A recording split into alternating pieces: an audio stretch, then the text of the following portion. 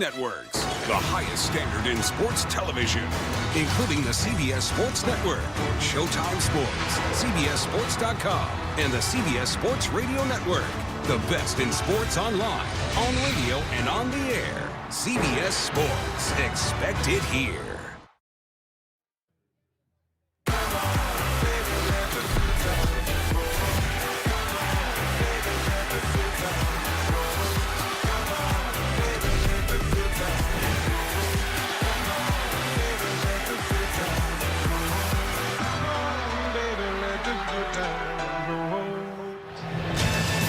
Sanford Stadium in Athens, Georgia is simply one of the most beautiful on-campus stadiums in college football.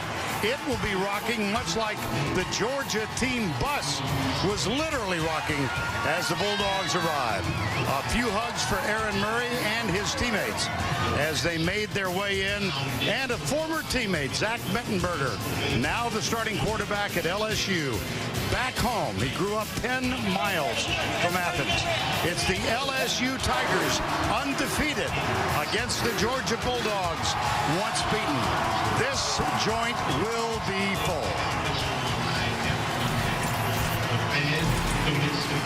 We welcome you to the Home Depot SEC on CBS, LSU and Georgia. And good afternoon, everybody. Vern Lundquist along with Gary Danielson. So glad you could be with us. This is without question the featured matchup in college football today. Gary, this will be a true big boy football game. It really is. When you're talking to all the guys and the coaches, sometimes players in modern football have to try to find the action. Well, the action's going to find them. It is really measure yourself out here against really great competition. And we do have two of the best quarterbacks in all of college ball going head-to-head. They were once roommates here at Georgia. It's Aaron Murray for the Bulldogs, starting his 45th game. Zach Mettenberger coming back home as the leader of LSU. We'll develop that story throughout the day, but talk a little bit about their respective talents. Vern, these games are always high-pressured for quarterbacks, but I think it's even more pressure in this football game. You know both of these guys. They came here to Georgia together. You know the pressure's going to be on each one of them to try to show they're the guy. I mean, for Zach and Aaron Murray in this stadium, one where Zach grew up watching football, and Aaron Murray is now the quarterback for Georgia. It's going to be pressure-packed, and which one of those two guys is going to make the plays in the fourth quarter? You know it's going to come down to that. Well, it's one of the cliches of this game, but cliches are there because they're true. If your running game is working well, it sure helps with the passing game. We've got a couple of really outstanding running backs. We really do. These are elite quarterbacks, but they've got elite running backs to help them in this game. Not much by the quarterback, maybe, but the running backs are the best in this conference. We saw Todd Gurley last year break out. He was a man last year. But this year, he's bigger, he's faster, he knows more of the offense, and he will be a threat on every down for Georgia. And by the way, LSU may have the next best back in this league. He's coming on strong. Jeremy Hill is a breakaway threat. Both teams have that help for the quarterback and their offense. Well, it's said that teams are a reflection of their head coaches. Mark Richt is in his 13th year at Georgia. Les Miles, hard to believe this, in his 9th year at LSU. Their personalities could not be more of a contrast. No, I mean, Les will say anything, and Mark's much more measured. But their teams, Vern, their teams are mirror images of each other. They like to play strong between the tackle football first, their quarterback second, and both teams believe in this lead, you have to win the line of scrimmage to win the championship. In every sense, this is going to be a heavyweight battle. Back in Athens right after this. The Home Depot SEC on CBS is sponsored by New York Life Insurance Company, Taco Bell, AT&T, and by Bud Light.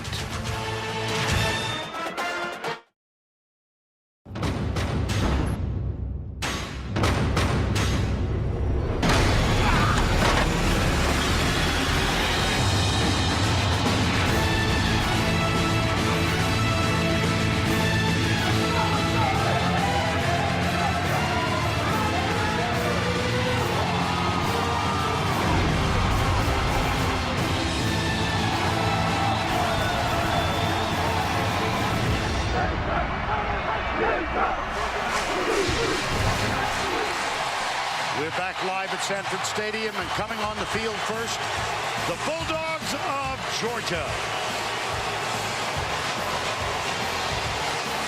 They've won 14 straight in Mark Richt's 13 years, 65-13 in Sanford Stadium.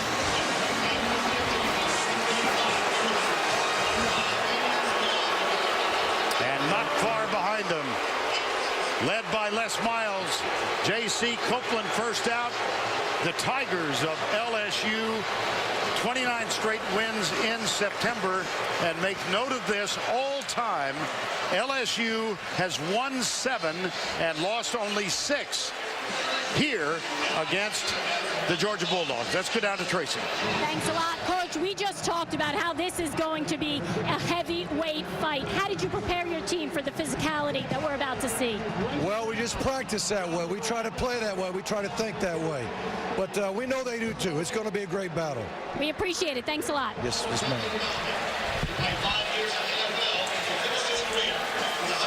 No hiding, like we've said. I mean, Mark knows that he's been telling us all week that he's been preaching to his team that if you don't want to stand up there and be a man, LSU's going to run right over you. The first team that smells any weakness will win this game.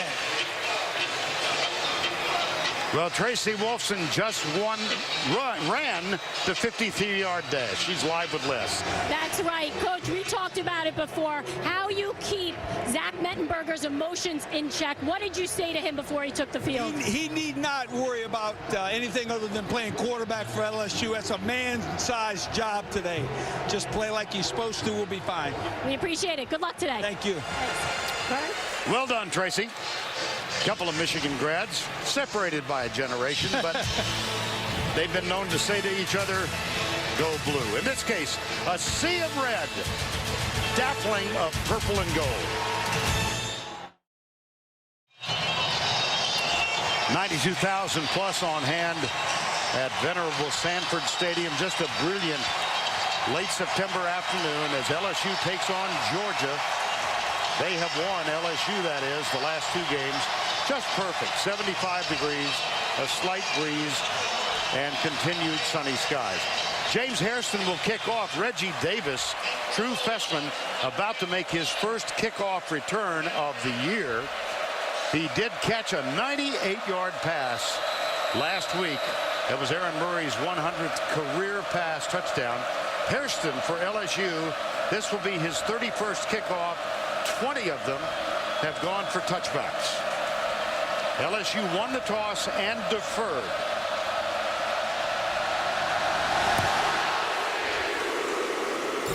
And he chases this one all the way through the end zone.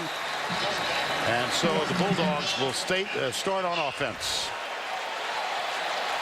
Aaron Murray making his 45th start. Every game he's played since his first game as a freshman here at Georgia. Was out at practice Thursday, Vern, and he had a brilliant day. It was like watching a Drew Brees practice many years ago. The ball really never hit the ground. Every checkoff was sound. He was in complete focus on Thursday for this game. Already with 2 undergraduate degrees. He was in graduate school and dropped the course load because he was taking 12 hours, and it was just a bit much. Here's the handoff to Gurley, bounces outside. He's chased and out of bounds, but a substantial gain on first down. Quan Alexander, the starting linebacker today, made the tackle. Well, if you don't wrap up this man, they named Gurley a captain of this game, sending him a message, by the way. Flag is down, so is Gurley stopped over on the left side by Daniil Hunter, number 94. False start. Offense. Number 72. 5-yard penalty. Second down. That's Canarius Gates with the false start. Starting lineups presented by Chick-fil-A. Gates, Lee, Andrews, Burnett, and Houston. Fullback is Hicks. And Colton Houston will develop his 3-year battle to become eligible here. This is his first year to play. It's a long story and kind of complicated, but that's a nice ending. Here's Gurley out to the 41-yard line. A 15-yard pass catch from Aaron Murray defensively. Rasco Johnson, Ego Ferguson, Daniil Hunter. Quan Alexander starts for the injured Taj Jones. And we'll talk a little bit more about the honor of wearing number 18. This year it goes to Lamine Barrow. It's a tradition that goes back to the year that Matt Mock, wearing that number, led the Tigers to the NCAA championship. Out of the gun, Murray across the middle. Perfect pass. Justin Scott Wesley. Well, you can see the game plan from Mike Bobo to start this game. He's going to try to soften up this LSU defense. By the way, that has 9 new starters from a year ago. It's a very young defense, and they got the experienced Murray starting to pick them with the short passes to begin with. Well, line stayed set. That's a called play. Rhett McGowan, number 27, makes the catch. On this one, the center saw the defense in the neutral zone, so he snapped the ball. You have a free play. Watch. Andrew sees the defense in the neutral zone. He snaps it. You got a free play. Whether it's incomplete or not, it's 5 yards. Well, in the background, you could hear Matt Leffler, I think, say that it was a neutral zone infraction on the defense, free play, so the penalty declined, and Georgia is moving easily on their first possession.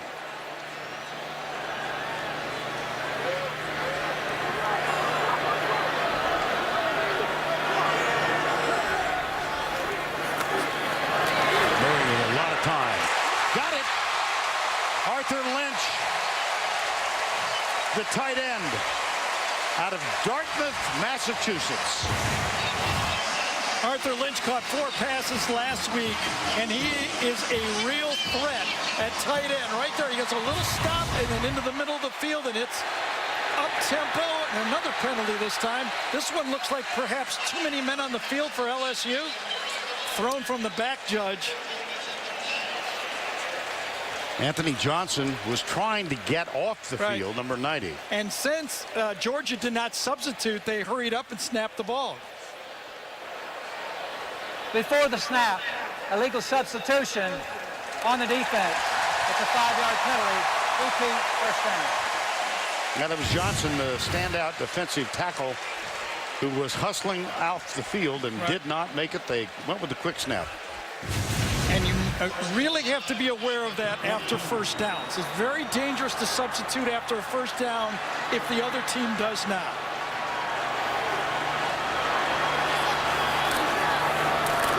Gurley goes left.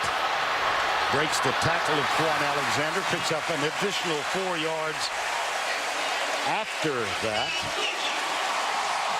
Les Miles still a placid demeanor. This is the first drive of the game. Gurley really running well early on.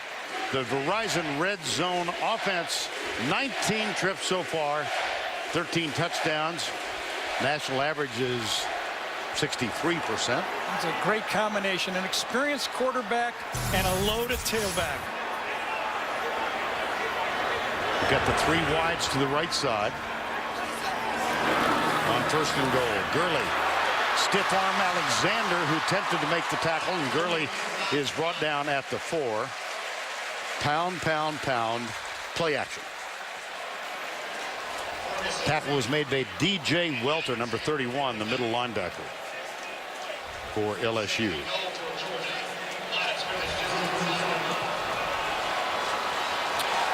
Plenty of height. Michael Bennett in the slot, one of his favorite players to go up top with, number 82.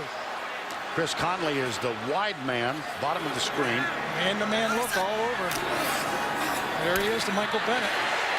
Touchdown, Georgia.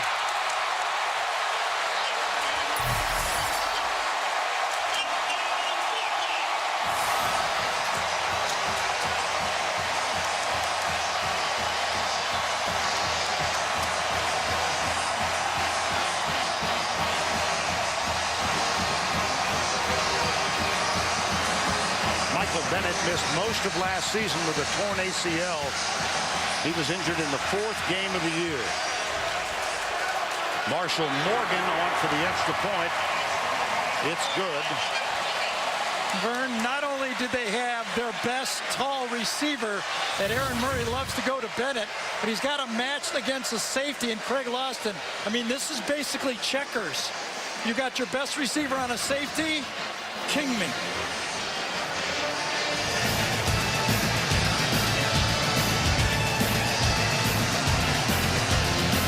Well, that was impressive. Sure was. 75 yards in 8 plays. It took 320. Georgia by 7. Everybody wearing red, feeling pretty good about things right now. The most impressive opening drive for Georgia. And big picture, everybody outside this conference, because of Clemson's defeat of Georgia, are feeling pretty good about this game. Long way to go, though. Aaron Murray, 103 career touchdowns now. I'm telling you, Bernie, he put on a show Thursday. And a lot of times it's, you know, shells, helmets, no pads, a lot of goofing around. Aaron Murray was so focused yesterday. He ran every play. I said, and I told Aaron this, you were in the meeting room. Right. I had not seen a Thursday like that since I saw Drew Brees do that many years ago, where he cared about every drill and every pass. That's a pretty good comparison. Yeah, they're very similar and really care about football the same way. Marshall Morgan kicks it to the 1-yard line where Odell Beckham Jr., a dangerous return man, counter punches out across the 30 to the 34. And now one of the main themes of this afternoon's game, Zach Mettenberger. He grew up 10 miles south of Athens, Watkinsville, signed first in the class of 09, and then in the spring of 2010 was arrested, ultimately pleaded guilty to 2 misdemeanor counts of sexual battery, was dismissed from this team, and his sojourning has brought him back here. Jeremy Hill with the first carry. Leonard Floyd, number 84, makes the tackle.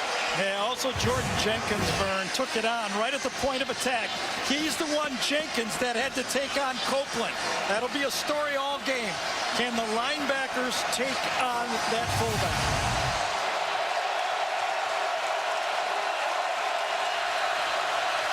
Copeland slotted behind his left tackle.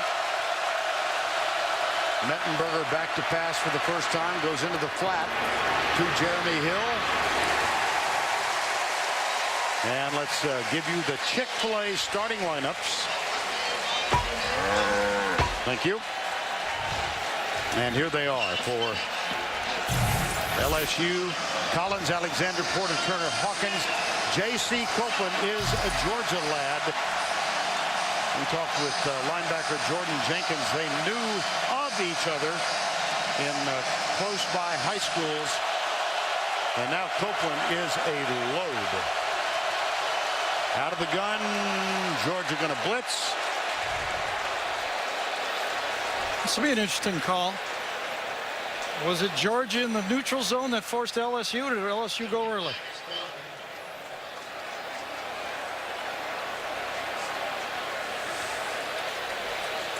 Before the snap, offside on the defense, on the nose guard. That's a 5-yard penalty, 3rd down. Yeah, I think it was Jordan Jenkins, number 59, that was faking the blitz. He's back here. He comes up and tries to guess the snap count and misses it. Good call.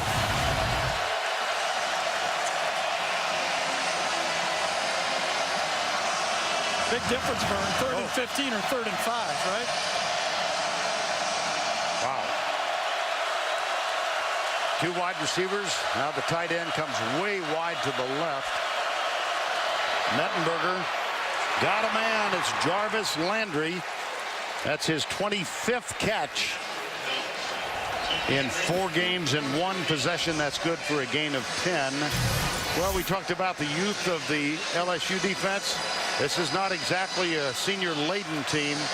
3 true freshmen starting, one of whom is Trey Matthews at a safety position. This time, Hill is cut down. Jeremy Hill's coming off a career-high rushing effort, 184 yards in that rain-drenched win at Tiger Stadium last Saturday night.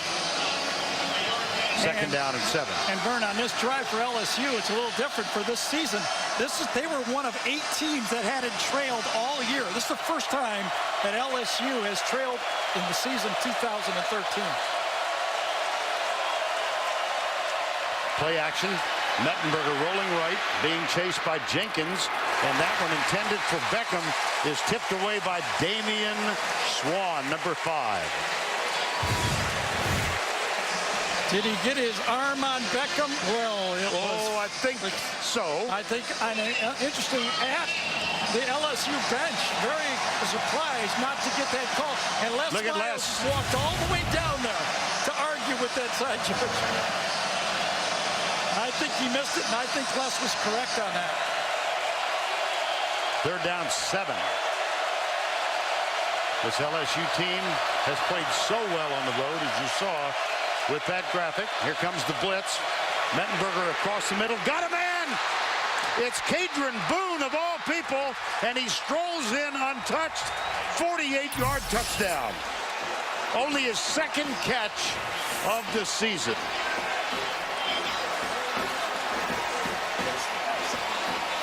So much emphasis on Beckham Jr. and Landry, and here comes Cadron Boone, who is a senior and has played a lot, but not so much a part. Hey, listen, you've got a ex-NFL coach in Cam Cameron who's tutoring the quarterback, Zach Mettenberger, and in this case, Georgia just gave away the coverage. It was way too easy. Colby Delahousse kicks the extra point inside the right upright. Another look. Damian Swan had the coverage, but it was tipped off early right here with the safety coming up way too early. He knew it from the get-go. Bad technique by Swan, taking an outside technique, and real simple. These guys are too good. Even with Mugger coming in there unblocked, he knew he had a touchdown pass the whole way. Now that was impressive. Got it.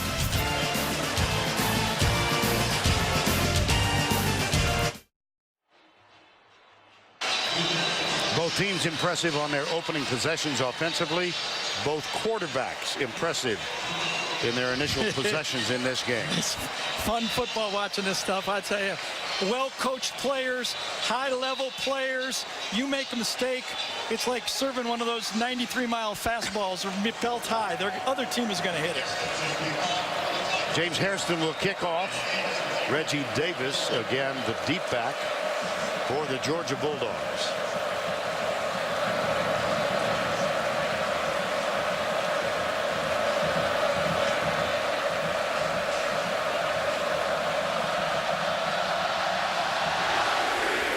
Drive.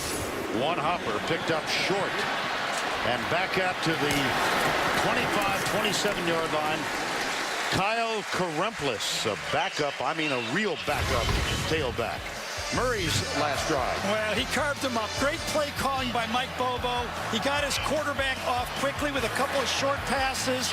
Then he carved him up down the middle, and then the easy move against the safety to score the touchdown. Murray was perfect. The play calling was perfect. And Todd Gurley did his part. 5 different receivers. How about that? That really says a message. Yeah. Conley and Justin Scott Wesley on the far side. And Todd Gurley is the running back. Now Conley comes in motion. They give it to Gurley, who's hit at the line of scrimmage and dropped.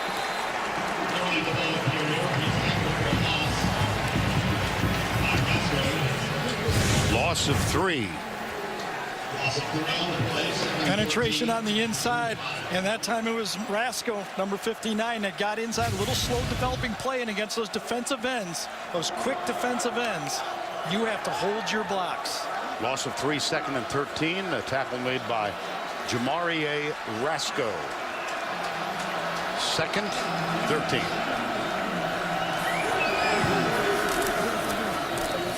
Let's go to Gurley one more time. Hey, now let's go back to the studio. Back to you. Well, South Carolina has one conference defeat. That was here 2 weeks ago at the hands of the Georgia Bulldogs. South Carolina fans were happy with that Zach Mettenberger touchdown. Oh, yes. They need Georgia to lose 2 games. Andrews over the ball, snap back, 4-man rush, LSU. Murray is a perfect completion percentage now. Jay Rome, the backup tight end, made that stop.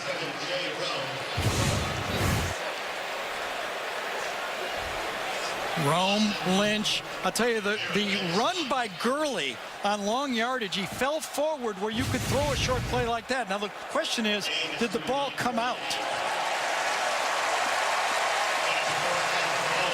Will it be reviewed, or will Georgia try to get a quick snap here? Well, they do get a first down.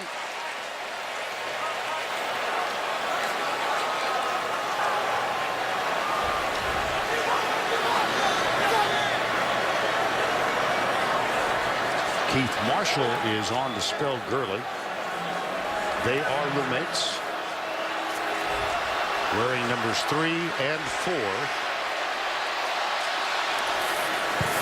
Murray gets protection. Ball is batted back.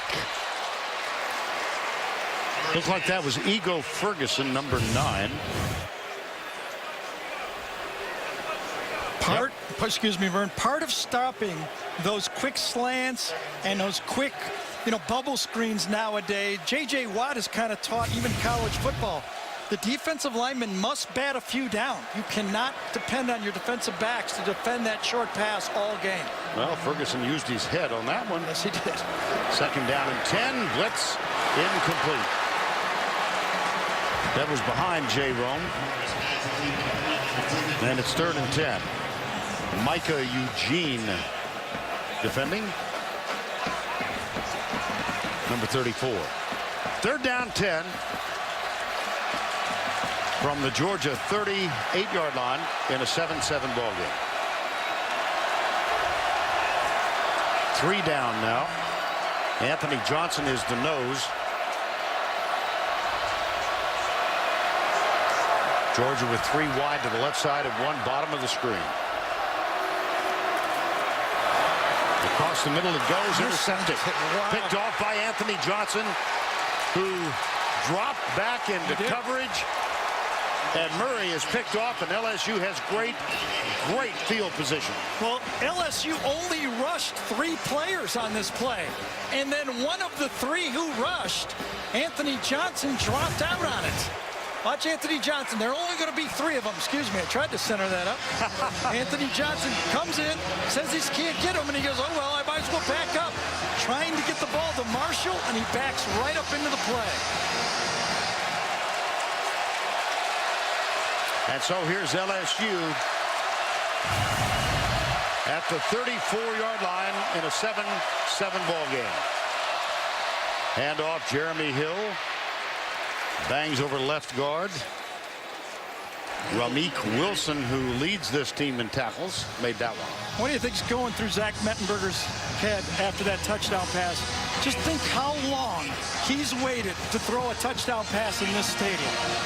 I mean, probably since he's been 6-7-year-old kid.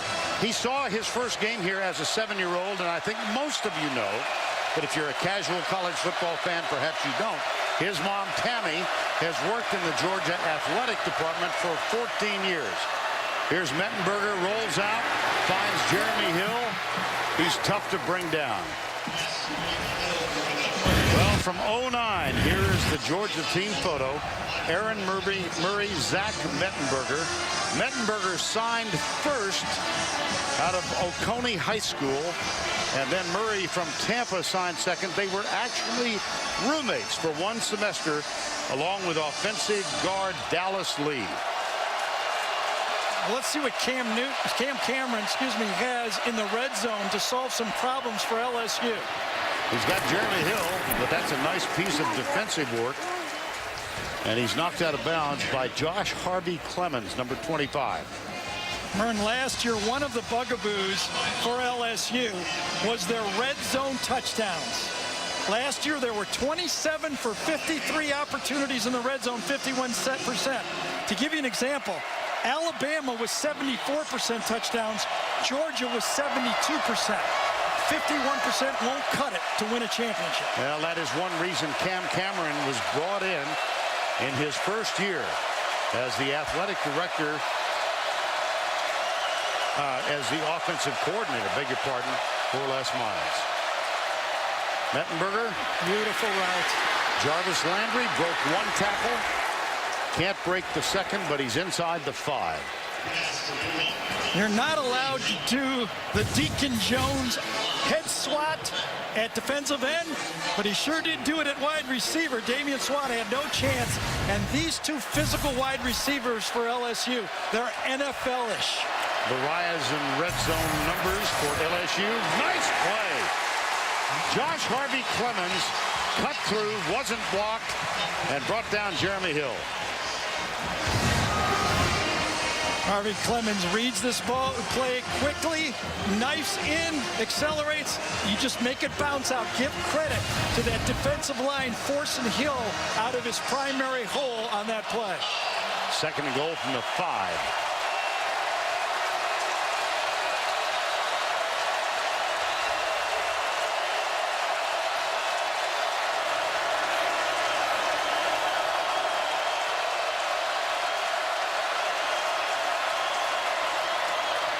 Hill, tough sledding inside the 5. Nice piece of defensive work again. Josh Harvey Clemens, and Hill is stopped short.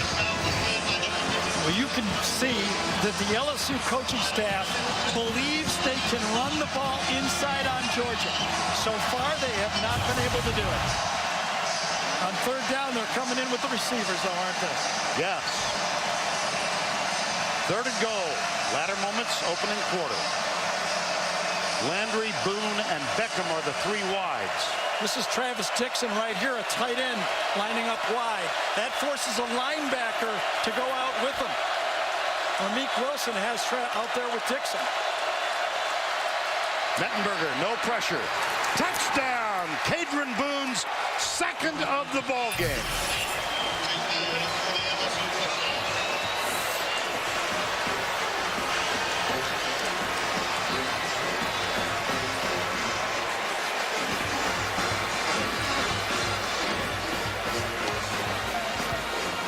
All set up by the interception from Anthony Johnson. That was great eye control by Mettenberger. He had 3 players covering 2. 2 went with 1. Pretty easy, Vern. Who would you throw to? The other guy, right? Yeah, I think so. Here's Delahousie on for the extra point. That had a little slice to it, didn't it? Yes, it did. To declare the formation, they sent the tight end wide and got a linebacker out. Now he's got these 2 defenders inside on Landry. If both of them go with Landry, he'll throw to the next one. They both go, throw to the next one. Beautiful job. Beautiful read.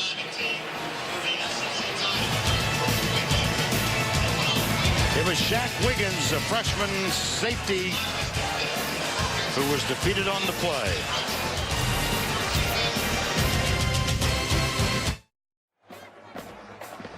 Mettenberger has now thrown 2 touchdowns in this game. Let's take a look at our Home Depot tools for success. His first touchdown toss. Vern, great coaches take a gray area and make it black and white. Watch Cam Cameron and Zach's use of the silent snap count declaring the blitz. Watch when he lifts his leg, that declares the blitz. He reads it. He knows it's coming in his mind now. He knows he's got the bottom of the screen one-on-one. Even with an unblocked player, he knows exactly where that ball. Now, down on the goal line, read your keys. Take the linebacker out with a tight end. 2 guys inside, 3 on 2. Who takes 1 guy, 2 on 1? Somebody's got to be the other guy. That is good coaching. You take a guy with a lot of talent and you teach him, take the gray out of it. A lot of people can do what Zach can do, but imagine him. Les told Tracy, all he has to do is do his job. Nice job. So far, I think, and Cam Cameron in his first year as offensive coordinator told us last night he's given too much credit for Mettenberger's fantastic start to this year, but it's hard to ignore that coming into this game, the 4th game. This time Theus is in there, number 71, replacing Colson Houston, number 75. They're going to shift around, keep their guys very... Is without equal. Begin your legacy. Get an auto insurance quote. USAA. We know what it means to serve. For all your officially licensed LSU and Georgia merchandise, remember, the best in college football gear is at cbssports.com shop. I can say he made me a better quarterback because every day at practice, I know how to bring it every single day because we were in a heated battle for about 2 years of just going back and forth, back and forth. He's had an outstanding career so far at Georgia, and we still stay in contact a little bit. But this game's there's more on the line than just my relationship with Georgia, my relationship with past teammates. It's two teams that want to be in the SEC championship at the end of the year. And to reiterate, Mettenberger signed first in the recruiting class of 09. Murray second. And in 09, interesting story. That's the year Joe Cox was the quarterback. Remember, Georgia started out 1-4 that year, a suspension of A.J. Green. And Mark Rick was telling us that, Mettenberger was a little ganglier at that time, not ready. Aaron Murray would have played, but he had a sore arm. Right. Was not ready to play, so they went the whole year with Joe Cox. And that's the reason that Murray's playing this year, because they didn't burn the red shirt in 09. Odell Beckham with the kickoff return. He's got some room out across the 27, and then rudely that journey is interrupted by Costa Voblis, who has been a special team standout for Georgia for a long time. Vernon, gotta say, excluding last week's game, okay? Right? We've watched some quarterback play here, haven't we, so far? I mean, we got Johnny Manziel and A.J. McCarron in that first game, and now these two guys. I've been in the conference since 2006, and this is the best group of quarterbacks I've seen in this conference. Well, here's Mettenberger and LSU. This is their fourth offensive possession. 14 all. Play action. Mettenberger looks to his right, has a lot of time, and one option in front of Damian Swan. It was intended for Odell Beckham Jr. Well, Cam Cameron, as we said, in his first year, he was fired as the offensive coordinator late in the season by the Baltimore Ravens. But through the first 4 games this year, take a look at that. He was on the coaching staff with Les Miles under Bo Schembechler at Michigan, among other stops. 2nd and 10, timeout.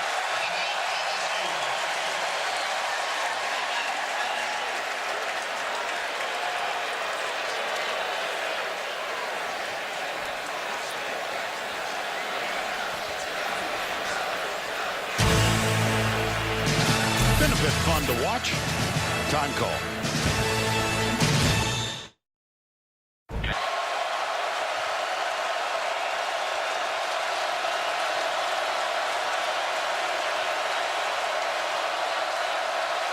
Connor Neighbors is in it. Fullback. That's Neighbors coming bottom of the screen. Mettenberger across the middle. Great. Jeremy Hill. Wow. Jeez. I mean, I hate to say it, it's almost unfair. Right now Cam Cameron is grabbing plays from the Baltimore Ravens. Shift the fullback out against the deep zone, see the 2 deep safeties, drop it off to the running back, and Ray Rice, Jeremy Hill takes that ball and goes for it. Well, Trey Matthews made the mistake of tackling air. There's Cam Cameron in the middle of the screen. Brilliant play calling. Both he and Bobo are on their games with their quarterbacks. Hill, cut back.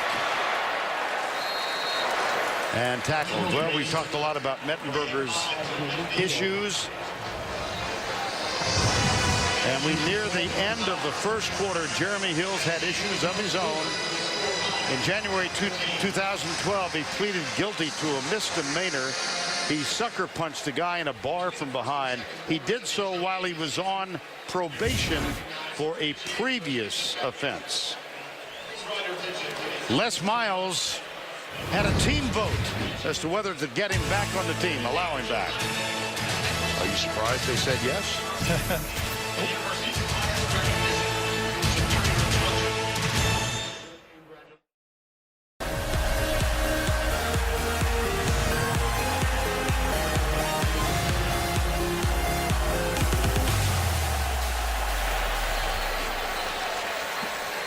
We're back for the second quarter. Vern Lundquist, Gary Danielson, Tracy Wolfson.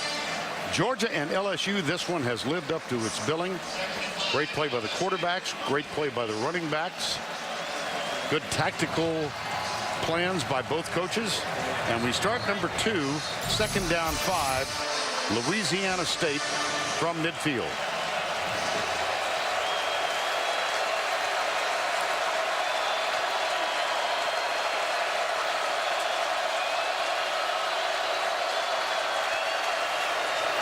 No. Oh, brother. My gosh. Well, with the exception of that play, we've seen a lot of offense today. Seems to me, Gary, we've come a long way since LSU 9, Alabama 6 2 years ago. Right. How do you explain the profusion of points in the SEC this year? Well, I just think better play and more coaches dedicated to offense, but experience at quarterback like this game. I mean, you got 2 NFL quarterbacks, 4 NFL receivers, coaches who believe in their quarterback and are willing to call the plays. I mean, it's a perfect storm. And then top that off, the 2 defenses last year, they had 15 players combined drafted in the NFL. Exactly. 3rd down. Blitz up the middle. Same play. Yes. Terrence McGee spelling Jeremy Hill at running back. He bore the brunt of the first tackle, and then this one because of the blitz. Yeah, it was Leonard Floyd that put the pressure on and forced that ball out before he wanted to. Amaro Herrera was the guy who defended it very nicely. Jamie Keane is the new punter for LSU. Everybody across the country grew familiar with the Australian Brad Wing. He's gone. This guy can kick too, huh? Yes. There's a fair catch taken at the 9-yard line by Damian Swan. This LSU team is allowing 1.2 yards per punt return. There's one play. Here's another. Nice. Herrera. 14-14 LSU Georgia. Let's check in with Tracy Wolfson. Well, thanks, Vern. We'd heard the story all week about Zach Mettenberger's mother, Tammy, and how head coach Mark Richt gave her 2 weeks off from the athletic department here at Georgia.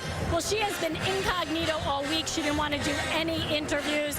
She is here today. She's sitting in the LSU stands. This was taped earlier. She has now since moved around. But, guys, Zach Mettenberger saying this has been an extremely awkward and stressful situation for not only him, but his mother and his whole family, guys.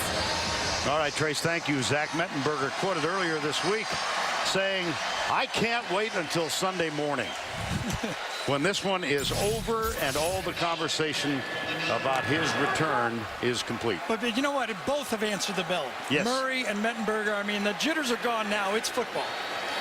Out of the spread with Keith Marshall at his side. Murray will take the snap. Looks deep left side. Way downfield. Has a man. Oh, incomplete. It was Justin Scott Wesley. Jalen Collins, number 32, was a half step behind. Well, that's a throw you cannot make any better. It would have been a tough catch, and you can see Collins got his arm on his right bicep just before the ball was caught, and you got to understand that ball not being caught by Scott Wesley. They'll go up the middle. That's Marshall. Well, it's reminiscent, isn't it, Gary, of that 98-yard touchdown pass last week, and that went to Reggie Davis, inserted in the lineup specifically to run that play. There are a lot of scouts here. I talked to 2 of them before the game, both obviously watching the quarterbacks. That was a beautiful deep ball by Murray.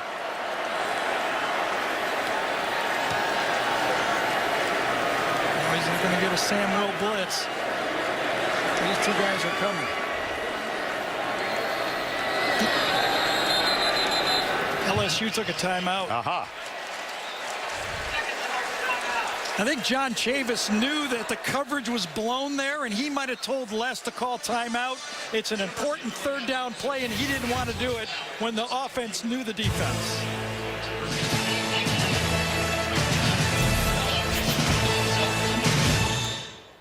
things going to equal that. Well, let's see if John Chavis, the defensive coordinator for LSU, comes back and doubles up on the blitz. Remember, they were coming before the timeout. Let's see if he continues with the blitz or falls back in coverage. 3 wides right on 3rd and 6. He brings 4. Murray scrambles, throws it short. There's a flag. Thrown by the umpire late. Probably holding inside. I would think. So it was a zone blitz look. They actually dropped the nose tackle that time. Anthony Johnson again. Holding on the offense, number 64. That penalty's declined. 4th down. That's Dallas Lee, whom we told you earlier was one of the 3 guys rooming together first semester of freshman year, the other 2 being Murray and Mettenberger. Good coverage call that time. Good timeout by LSU. They knew that Murray knew the blitz coverage on the previous play. They came back with a different look, and it worked to force a punt and 3 and out. Well, special teams been a problem for Georgia. They had a punt blocked for a touchdown last week. This one, Colin Barber takes a good snap, gets it away. The Gunners are downfield. Let it go by. Yeah, it wasn't pretty, but it was effective. Exactly, yeah. Well, they actually switched snappers in the middle of the game last week because of high snaps. If you missed last Monday's terrific new drama, Hostages, you can catch up tonight at 9, 8 Central. That's Hostages tonight. And a new episode Monday. Don't miss it. Ron, let's follow up a little bit on these 2 defenses. As great as they were last year, I mean, they just lost wholesale bodies. Georgia only has 2 returning starters coming back to this team, Swan and Smith. They lost 9. 7 of those players on defense were drafted into the NFL. Handoff, right side. Jeremy Hill back in the lineup. Well, let's take a look at a list of players drafted last year. LSU with 8 defensive players, Georgia with 7, and Florida State with 7. And the harder part was a little bit for LSU. They had 11 underclassmen enter the draft. 8 of them were drafted, an NFL record. 2nd down, 7. Mettenberger. Oh, incomplete. Good pressure that time. Forced an awkward throw by Mettenberger. Both defenses settling down just a bit now. Was it Leonard Floyd again, number 84? It was. Wow, he's having a good football game. He is a freshman, one of 4 starting defensively, but he spent a year at Hargrave Military Academy. Right. He and Jordan Jenkins, the other outside linebacker, were recruited in the same class. They're bookends. 3rd and 7. Swan up to play bump and run. Corners lay back on the other side. Mettenberger hit and dropped from behind. Ray Drew, number 47. Ray Drew was a big-time 5-star recruit. Came in as an outside linebacker. Now is shifted to defensive end. He's learning the defense.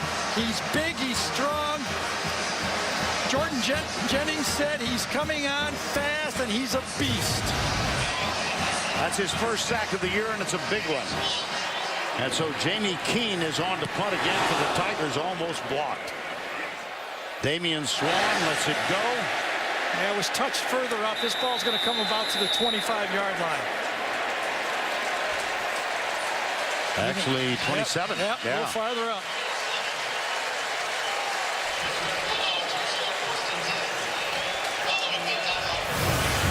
Ray Drew is a licensed minister. That's what I'm preaching about.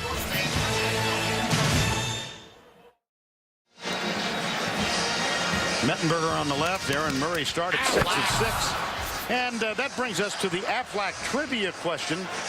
Who was Georgia's starting quarterback in 2009 when both Mettenberger and Murray were freshmen? If you've been listening closely, I'm going to be ticked if they haven't. If I do all this homework, I'm going to be ticked if they don't know the answer. Gary, if they don't know the answer, I'm overpaid. Now, a lot of people think that anyway. We're just alluding to the fact that my partner inadvertently gave you the answer a while ago. You and I and Craig and Steve Milton are going to have to start rooming together as we read the notes. Have to have study time Study together. hall, that's it. Oh, goodness. Todd Gurley's back in the lineup. Murray hands it to Gurley. Here he goes. Loston chasing in number 6.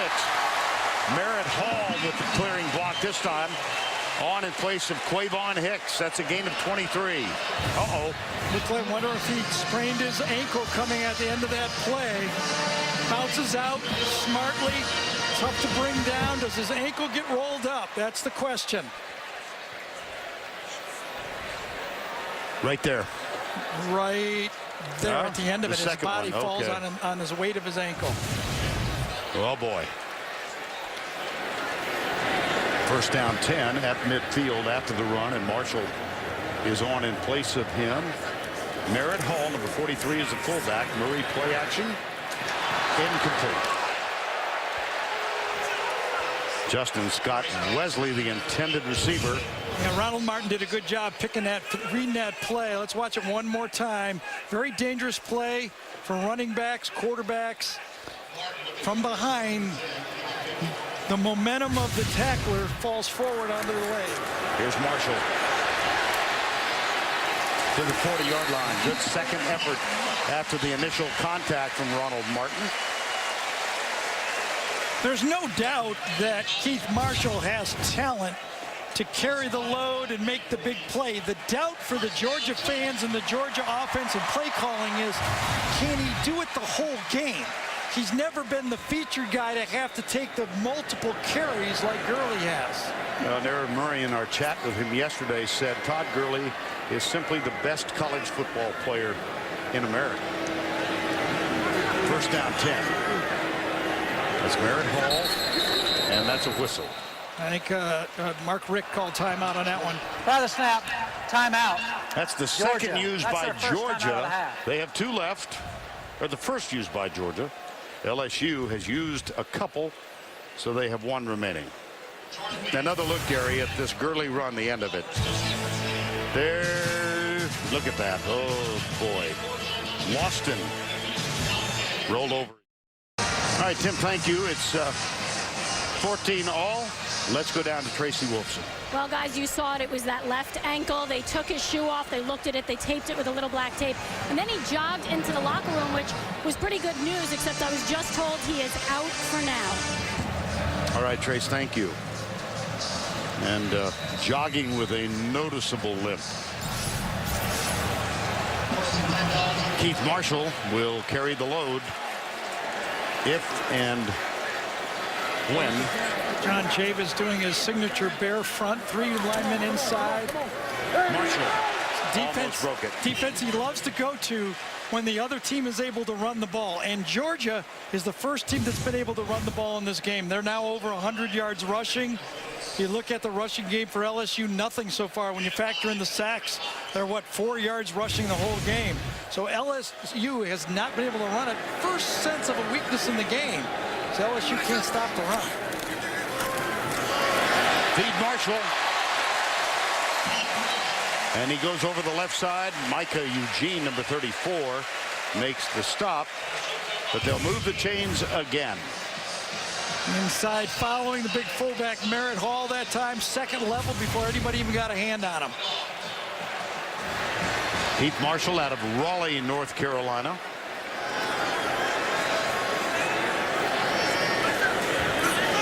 They're going to come left with a toss. Merritt Hall gets a great block. And Marshall is pushed out of bounds with a 1st and goal, Georgia. Dallas Lee also helped clear the way. Same play that Georgia has been running since Vince Dooley was coaching here. Block down, follow the fullback. It worked 25 years ago, and it works today. Or was it 35 years ago? 35, but that's all right. This is Brandon Douglas, who is a true freshman. His first run in a Georgia uniform was good for a 17-yard gain a couple of weeks ago. So he is the backup tailback right now, freshman. Out of Augusta, Georgia.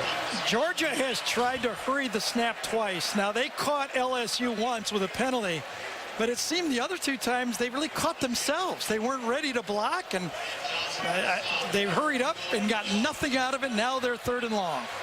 Look at that disparity in rushing yards, Yeah. though, 134-4. Murray looks back. Marshall's back on the field. 3 wides, top of the screen on 3rd and goal.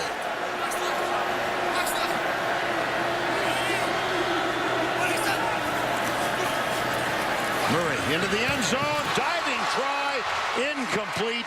Justin Scott Wesley. Did he start to slip before the ball got there on his break? Let's see if Scott Wesley stumbled out of his cut that time. Caught it out of the corner of my eye. I think he's right here is the guy that Bennett's going to come inside, and he did. He tripped over the legs that time of Ronald Martin. I thought that would have been a touchdown had he not stumbled over the legs of Martin. That brings on Marshall Morgan, 1 of 2 for the year. Low snap, good hold. Kick is up. Adam Erickson was the holder, did a nice job. But take another look at that stumble. Good catch. A perfect read again. Bennett comes inside, taken by the linebacker. You got an easy throw to the back line.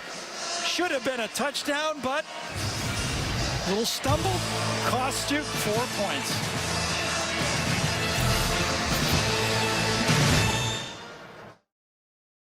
$28-7 there, 17-14 here. As you look down on Sanford Stadium, constructed in 1929 and named for a former president and chancellor, Dr.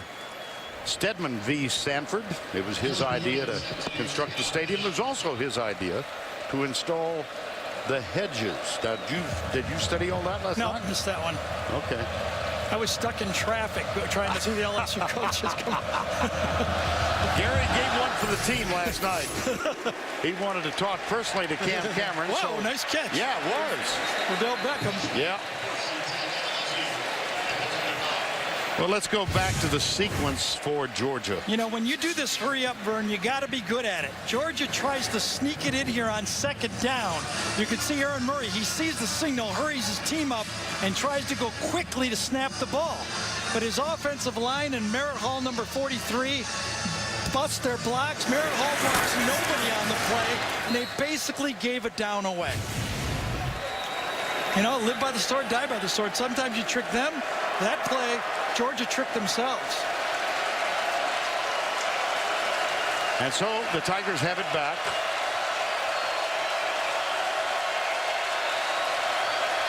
That's Dixon, the tight end, number 41. And this is Hill, number 33. And again, that's the 11th rush.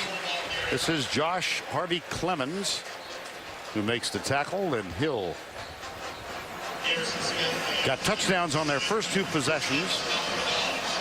Big play on the second possession was the interception by Anthony Johnson, the defensive nose tackle.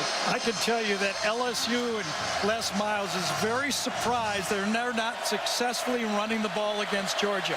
It's a team that's given up a lot of rushing yards to these high-level teams in the past 4 or 5 games. Alabama, Clemson, South Carolina. Today, they are standing tough. Connor Neighbors is the fullback. Mettenberger drops straight back, has time, and a wide-open receiver, Odell Beckham Jr. Josh Clemens. Well, first thing he got, a very clean pocket. Look at that room to step into the throw. Beckham just schooled Swain on the play. Beckham's basically an NFL receiver playing college ball. I mean, we saw him. I mean, his famous play with us with that 89-yard punt return that he had in that game against Ole Miss. Remember that in the 4th quarter? I do indeed. Jarvis Landry and Beckham both on the bottom part of the screen. Dixon now comes to join them. They'll hand it off to Hill. And again, it's a modest game. Yeah, but positive yards. They're starting to turn the corner in LSU's game plan right now. I mean, there was some talk by LSU Friday night that they would not be unhappy to run the ball 40 times in this game. They felt that if Georgia's safeties stayed deep, that they would challenge that offensive line to run the ball against that 7-man front for Georgia. Story of the game so far, great quarterback play, yes, but not being able to run the ball by LSU. There's a defensive switch by Georgia before the snap. Georgia very confused here. They're going to have trouble with this bunch. Swain has no idea what to do. Out of the flat is Dixon. That one is caught, but it'll be short of the first down. Terrence McGee, number 14, and Leonard Floyd with the tackle. Well, they've made some good plays inside. Leonard Floyd made a play. Toby Johnson made a good play inside. We even saw on the back end Josh Harvey Clemens, I think it was, right? Made that play down by the goal line. And there's a Georgia player down on the field with an injury. It'll be 3rd down and 4. And that last play, Zach kind of misread that bunch pass. He had to the outside Travis Dixon wide open. He never looked to the outside of the field. Well, medical staff out on the field. That's Toby Johnson, the injured player, number 88.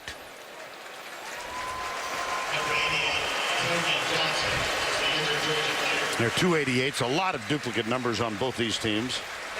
And the other 88 is the starting tight end, Arthur Lynch.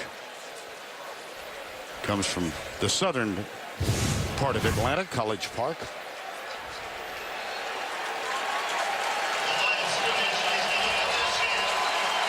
And there's the injury. Yeah, it wasn't on a hit. He kind of raised his hand to knock the ball down and kind of hyperextended it. 3rd and 4. Hill and McGee are on either side of the quarterback, and LSU has used. No, it was Georgia. He pointed the wrong way. Yep. He pointed to LSU, but it was the defensive staff for Georgia that made the call.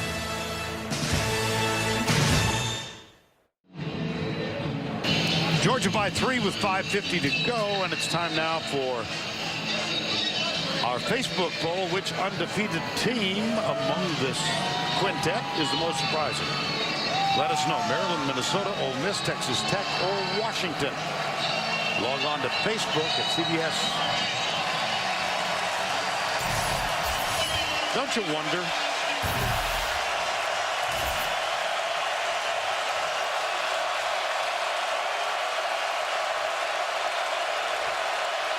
Third and 4.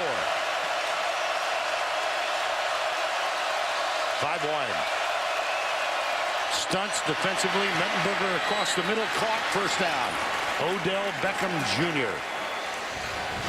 Well, we saw this firsthand when Zach Mettenberger basically turned his career around. That time he threw in traffic.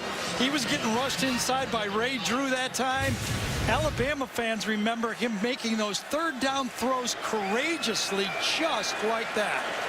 And that's a first down at the 34-yard line. Alfred Blue makes his first appearance in the ball game. They fake the ball to him. Mettenberger caught and dropped. 2nd sack of the first half. Chris Mays, number 93. Vern, we talked about Aaron Murray's turning point a bit against Florida. This was the game that Zach Mettenberger won Les Miles over, he won his teammates over, and he won the LSU fan base over. After that day, everybody knew they had a quarterback. Loss of 3 on that one, but you see his numbers. He's been sacked twice. Mettenberger has Neighbors at fullback. See what Georgia does here. They'll try and protect the middle, and Alfred Blue is caught and dropped after a moderate gain. 4:35 to go. Well, we've tried to document the journey that brought Zach Mettenberger back to this stadium in which he aspired to play as a youngster. After being dismissed here, he spent 1 year at Butler Community College in El Dorado, Kansas. And then went to LSU. Didn't play his first year at LSU much at all. Jordan Jefferson and Lee with the quarterbacks, but last year came into his own.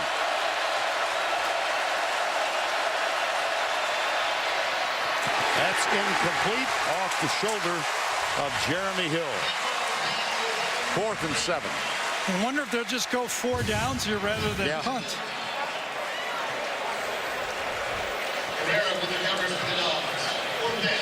Ball a bit high, ball a bit quick. It'll be about a 48-yard field goal from here.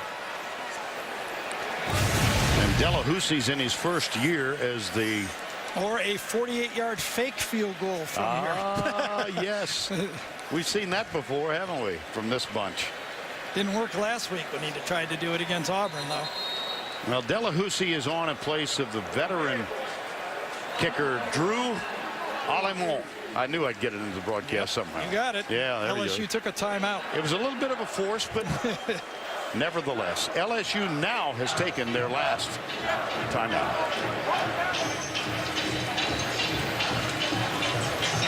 Well, there was a sad moment earlier this week for all Georgia fans and indeed the Bulldog football team.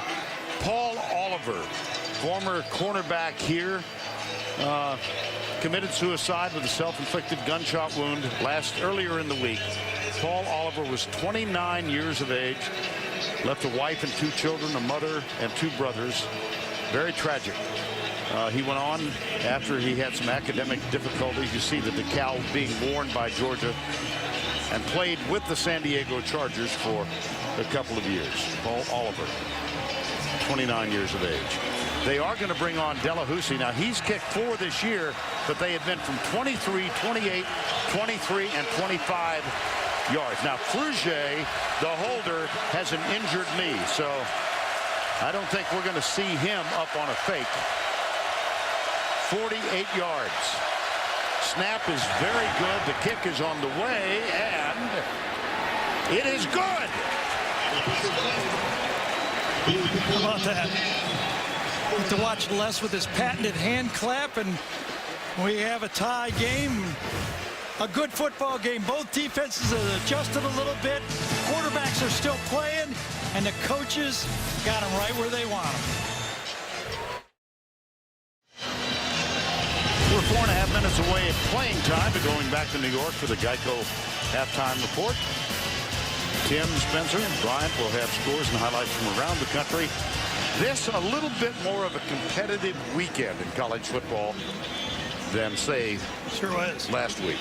A little embarrassment last week with all those big scores. Elvis is in the house. Yeah.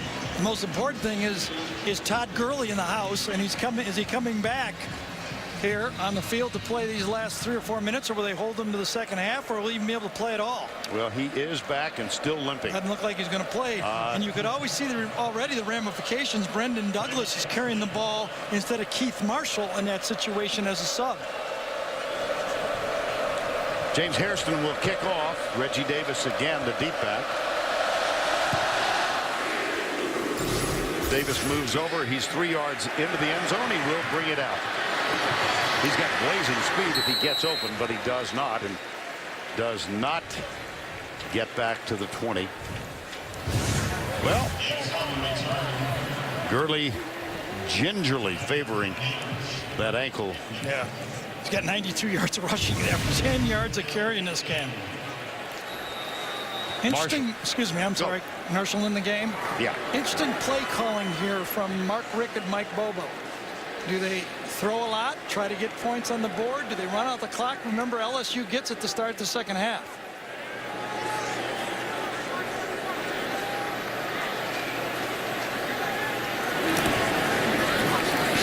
Conservatively. Marshall, yes. And it is time for the answer to the Affleck trivia question.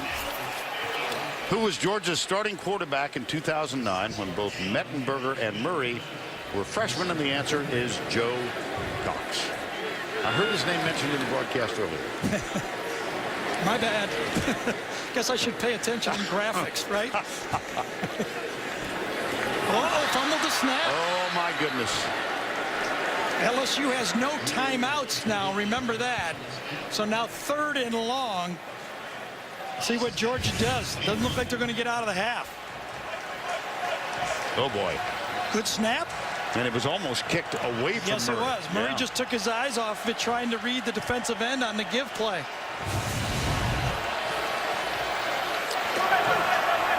Georgia yet to convert on third down. They've got a 3rd and 7 here. 2:43 to go. 4 wides, 2 on either side. Big play here for Aaron Murray. 4-man rush for LSU. Murray dances out to the right, pulls up. He's got the first down at the 30-yard line. The catch made by Chris Conley.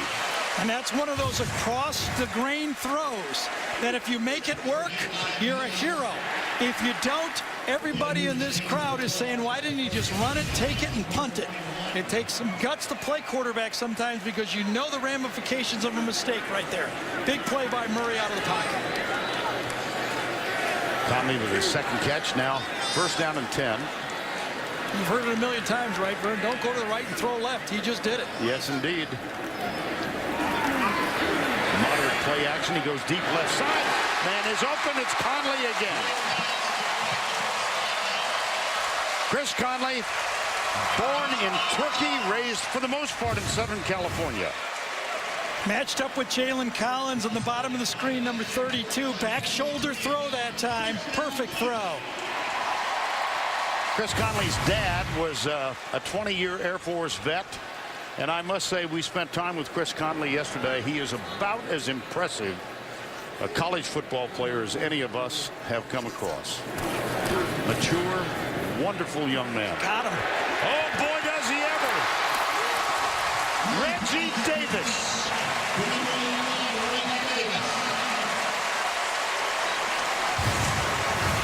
Really don't know what was happening here. Corner takes the short man, gives up the outside receiver way too quick that time, and Reggie Davis gets a gift. Nice read by Aaron Murray, but that time Ronald Martin just, did not play it well. You got to stay deep and come up on the short pass. That was a gain of 24, 94 seconds to go in the first half. They'll give it to Marshall. He darts through a couple of potential tacklers. What a drive here. Remember, after the dropped snap on third down, Aaron Murray comes out of the pocket, makes against the grain throw for a first down, and that's what gives him life to get this last scoring drive of the half. 2nd and 5.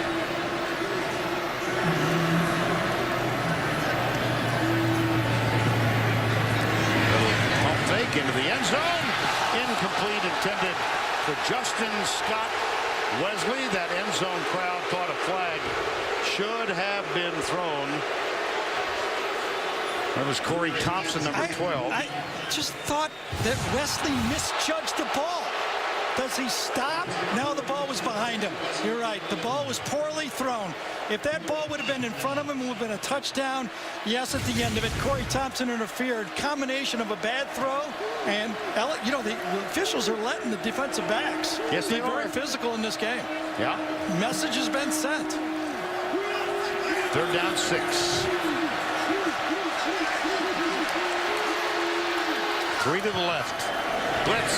Murray into the end zone. Incomplete. This time there is a flag. Have Jalen Mills that time. Basically the same play. Nobody deep in that end of the field, and not going to get away with 2 of them that time.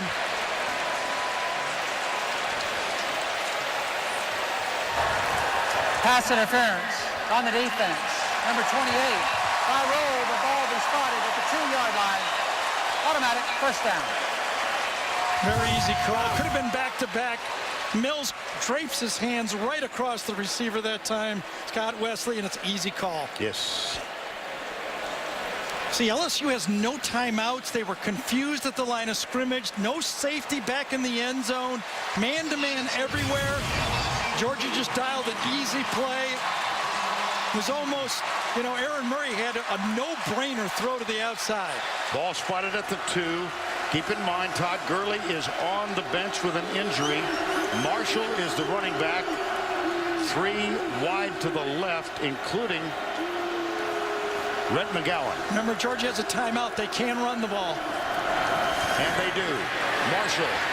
The line surges forward. Did he get across? He apparently did not. Plenty of time. They can keep that in their pocket and run one more quick play. If they can get off they can, the ground. And if they do that quickly, they still have a run-pass option here. 26 seconds to go. Murray, quarterback sneak. Touchdown, Georgia. Heck of a drive. See, if they use the timeout there, they can't really run the ball again. It's too dangerous. The half could end. But by getting up there quickly and running it, they had the run-pass option. Beautiful drive by Murray in Georgia.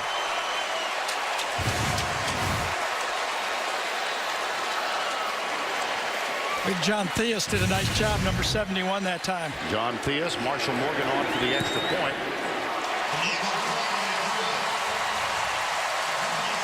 9 plays, 82 yards, 3 minutes and 31 seconds. Aaron Murray with a quarterback sneak between center and right guard. A lot of stuff happened on that drive, Vern. Remember, at this point, Mark Richt wasn't sure he was going to turn Murray loose. It was second down. They were going to run the draw again. Murray drops the ball, gets it. Now it's third down. Gets flushed out of the pocket, makes a dangerous across-the-field throw. Completes it. Now it's full go. Gets it down in the scoring zone. Gets a penalty. Probably could have been back-to-back penalties. And then smartly save their timeout so they can run the ball back-to-back for the touchdown.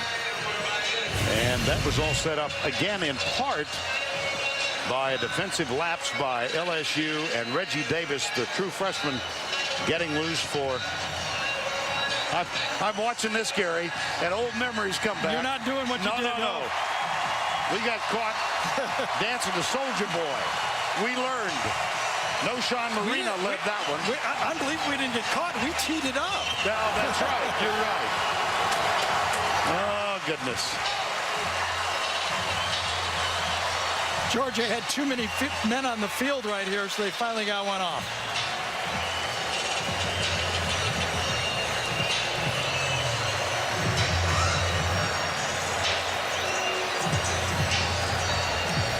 Remember we said early after LSU scored and made it 14-7, Georgia's been known to score a lot of points around here. Yeah. 12 out of their last 14 games, or 10 out of the last 12 games, they've scored over 40 points at home.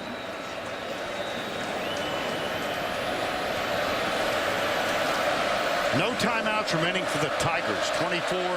24-17.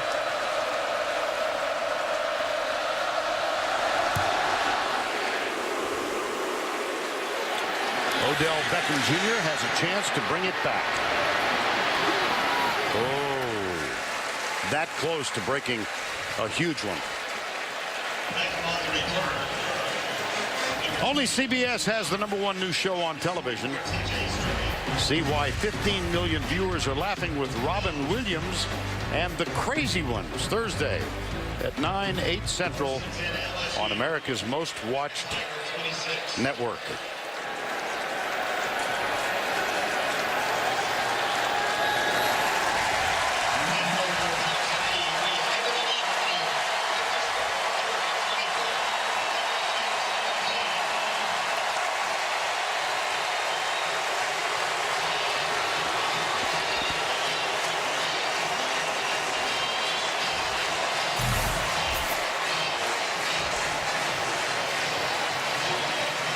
.417. That last 82-yard drive, critical. Let's go down to Tracy with Les Miles. Thanks a lot. Certainly, Coach, not the way you wanted to go into half. What can you say about the breakdown there by your defense? Well, we got to tackle those backs. They're really catching us a little bit in tempo. They're catching us not ready. We got to make sure that we get our calls in quickly and get ready to play. If we do that, we'll tackle well. How about your backs? Just 15 rushing yards in this first half. How do you get that corrected, and how important is it? Well, very important. Now, I think there's some adjustments that we need to make at halftime, certainly, and we'll come out and see if we can rush the ball a little better in the second half. Thanks a lot, Vern. All right, Tracy, thank you. That's the end of the first half. Our score 24-17, Georgia. Now let's go to Tim Brando in our New York studio. Yes, adjustments. Thank you, Vern.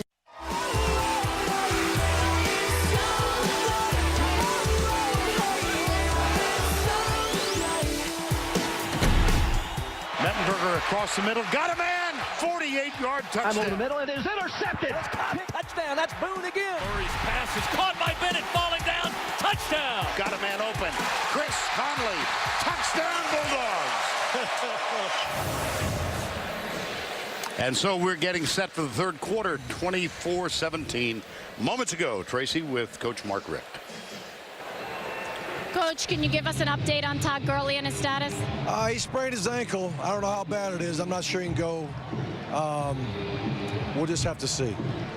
What about this last drive? Very impressive going into the half. How do you keep that momentum going into these last 30 minutes? Well, hopefully you start out playing good defense and giving us good field position and, you know, getting us in a position where we can keep the momentum offensively as well. But, you know, they're a championship team over there. They've won SECs and national championships in the last little bit, so they're probably inciting a riot over there in their locker room, so we better get ready. Appreciate it. Thanks so much. Well, these two teams have met 3 different times in the SEC championship game in Atlanta most recently. Yeah, I think Mark's a good poker player because Gurley's going to have a tough time playing without pads. Yeah, you're right. Well, he'll provide a little enthusiasm for his teammates. Remember, LSU won the toss and deferred, so they do get the ball to start the third quarter. Marshall Morgan kicks it off. And Beckham thought about it and then decided to pull up 2 yards short, so it'll be a touchback. Thoughts on the first half? 13 yards rushing for LSU. Come on, not going to do it. I mean, they need to help Zach a lot more than that at quarterback. We talked about that this game, both coaches believe this league is won by winning the line of scrimmage. Georgia has won the line of scrimmage with their defense and their offensive lines. They play better football. Defense? Yeah, I'm surprised. I think LSU's shocked. You know, usually we have a lot of shots of J.C. Copeland, the fullback, hitting guys. We haven't had one play like that in this football game. Well, they do line up in the I to start the second half. And Copeland is the fullback. Mettenberger goes deep left side. Nice defensive play out there. Wow. That's the freshman Brandon Langley. Timed it out right, and that was, that time, a perfect play to the outside, and that's how you play defense. Langley, one of 3 true freshmen starting defensively from suburban Atlanta, the city of Marietta, Georgia. See the stats on Mettenberger, 10 of 16. I mean, it's going to be tough. I mean, Zach Mettenberger, is it going to be up to him to do the whole game on his back? They will run the draw this time. Up the middle, big hole, and Hill gallops for 11 yards and a first down. Let's take a look, Gary, at first half trends. Well, you know, there's been a little bit of pressure on Zach Mettenberger. He's done some nice plays. Aaron Murray had that great last drive to finish off the first half. The rushing game has been the story. Gurley been able to run the ball. Georgia being able to run the ball, and as I said, 13 yards. And I mean, when you factor that, if you're LSU, Vern, the tapes that LSU watched was the Alabama game last year at SEC. Alabama rushed for 350. Nebraska in the bowl game, 204. Clemson to open, 197. And South Carolina losing, rushed for 226. 13 yards. That's not going to get it. Inside linebacker Marlo Herrera is the injured Georgia player. And we'll be back in a moment.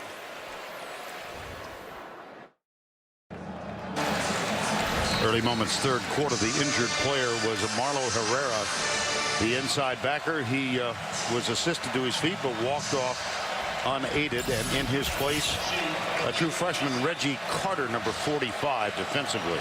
First down, 10. And again, the I formation with Hill, the deep back behind J.C. Copeland. That's Landry who starts in motion. Play action. Good blocking up front. And the crossing pattern from Landry. Spins and is tackled. Reggie Carter made the tackle. The play action pass. They started with a play action pass to throw the hook route. And that time they tried to get Landry in the game. He's been very quiet in the game so far. They'll go to Hill again, and again he is stopped.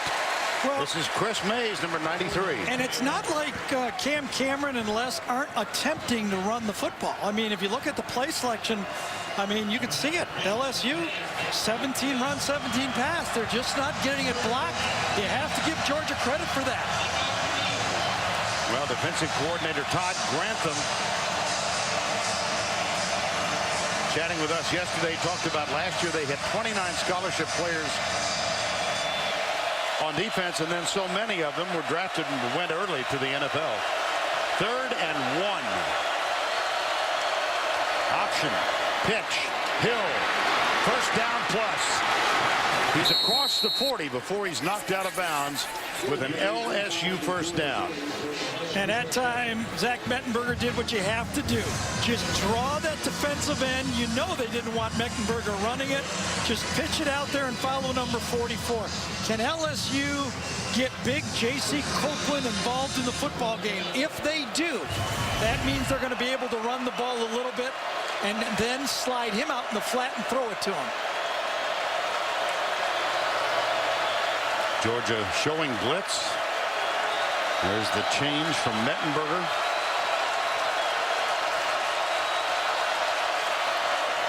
They feed Hill. Breaks a tackle at the line of scrimmage and is inside the 35-yard line.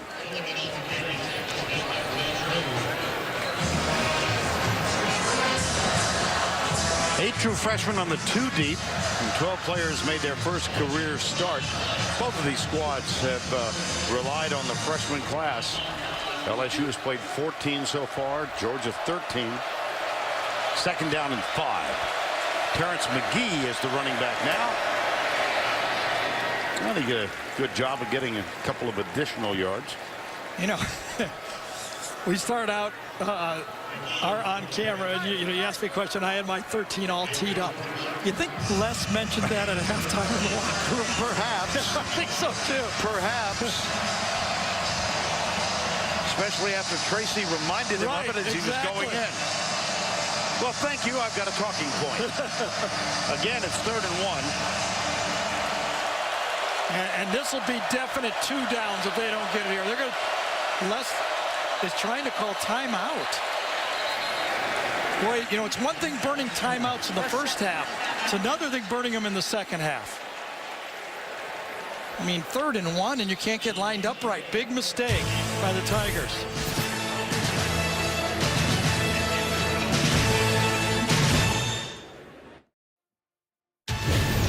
The Home Depot SEC on CBS is sponsored by Ram Trucks. The LG G2. John Hancock. And by Coke Zero. At the moment, the score 24-17, 3rd quarter, 11:51. Gary, let's see if we can determine why they called timeout. The only thing it's just conjecture here. Les was calling timeout before the tight end or flanker went in motion. He might have thought that his tackle was not on the line of scrimmage, and maybe he had an illegal formation. That's all I can think of, and he didn't want to have a pre-snap penalty. I don't know what significance it might have, but Mettenberger reached up and tapped Vidal Alexander. I don't know if they got it either. That's J.C. Copeland. It's very close. Looks like he did, but it was a nice stand by Georgia. Chris Mays was in there, number 93. If he got it, he didn't get it by much, did he? No, not at all.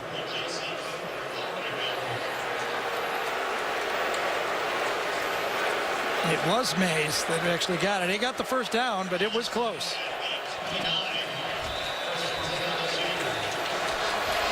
Does it, and also just something that popped up. It seems like LSU is throwing left the whole game. Interesting. Dumping it left. I wonder, they have both receivers right now, but let's see if they do something. It's been a left-handed passing game. They'll get it off. McGee, or Alfred Blue, beg your pardon. Number 4, not 14. It is 14. 1-4, not 4.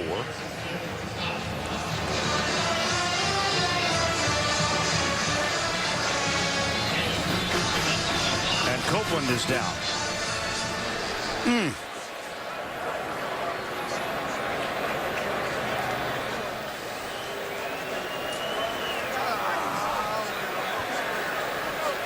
his left knee.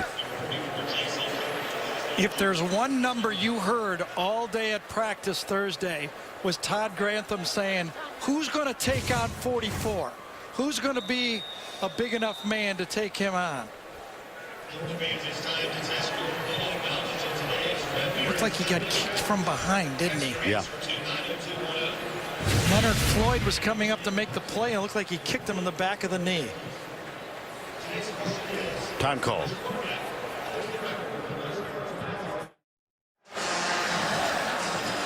Well, let's revisit the injury to J.C. Copeland, Gary. Yeah, there he is in the circle highlight right there. Let's see if we can figure it out again. I don't know if he got kicked from behind or if he just, you know, the pressure of the block, the knee gave way. He gets up and then he just falls right back down on the ground when he starts to walk. See him? Keep your eye on him. It looked like Leonard Floyd, number 84. That's what I thought. Yeah. Looked like he was Floyd. 2nd down 6. This is the 10th play of the opening drive of the second half. Connor Neighbors, number 43, is the fullback. 42 yards of the 50 yards have been on the ground. Interesting.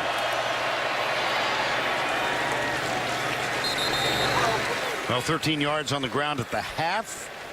And on this drive, been very effective. Hey, we have one. They looked. It was a high formation draw play, and then remember the option play on short yardage.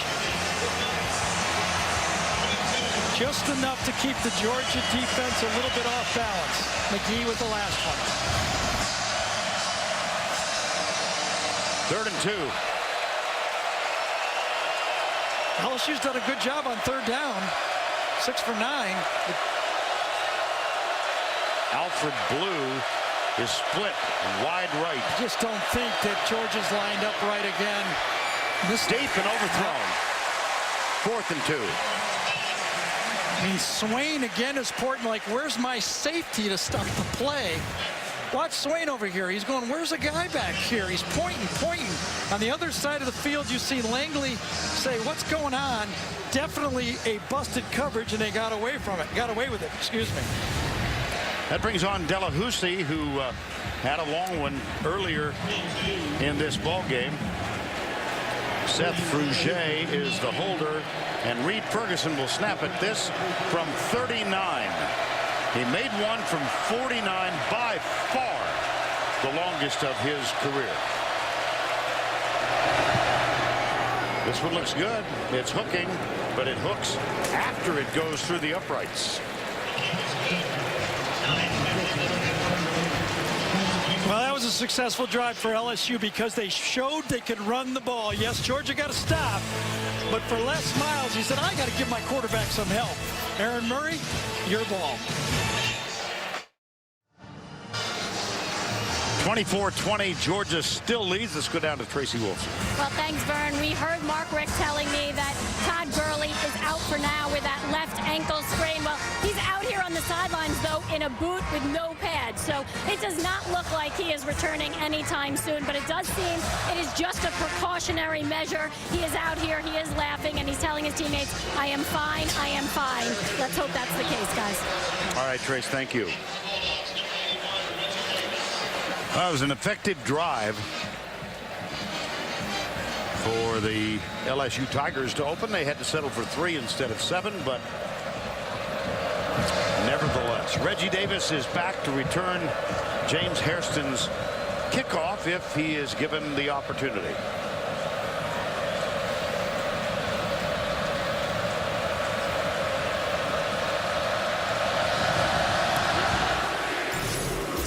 Davis, this will be returnable from the 1-yard line.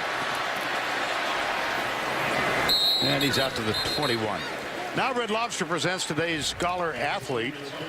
We've chosen Chris Connolly, the wide receiver from Georgia, GPA of 3.27. He is the SEC representative for the NCAA Student Athlete Advisory Committee.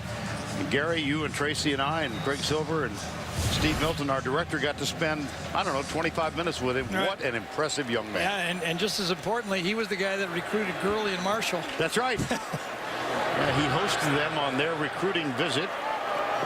He, in turn, when he was a senior at Dallas, Georgia, was hosted by A.J. Green. Looks like they look for the best to host the best. Yep.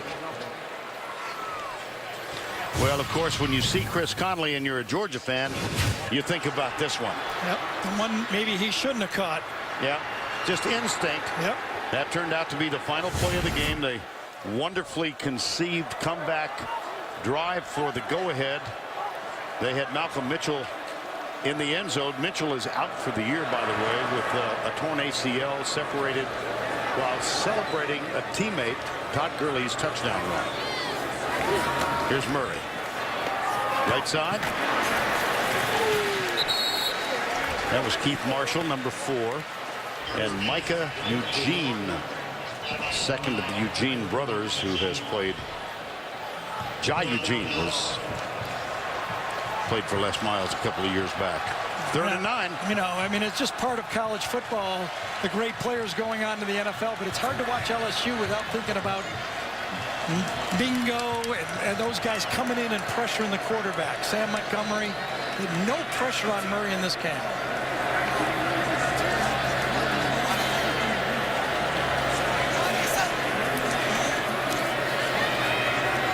Deep left side, over the shoulder catch. Chris Conley.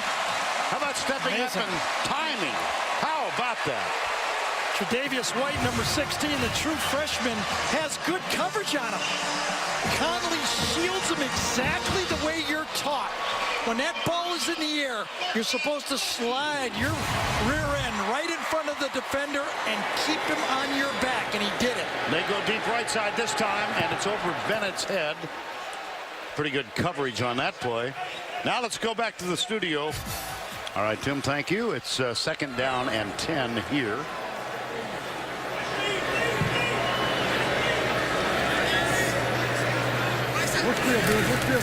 Toss. Coming left, follow the fullback.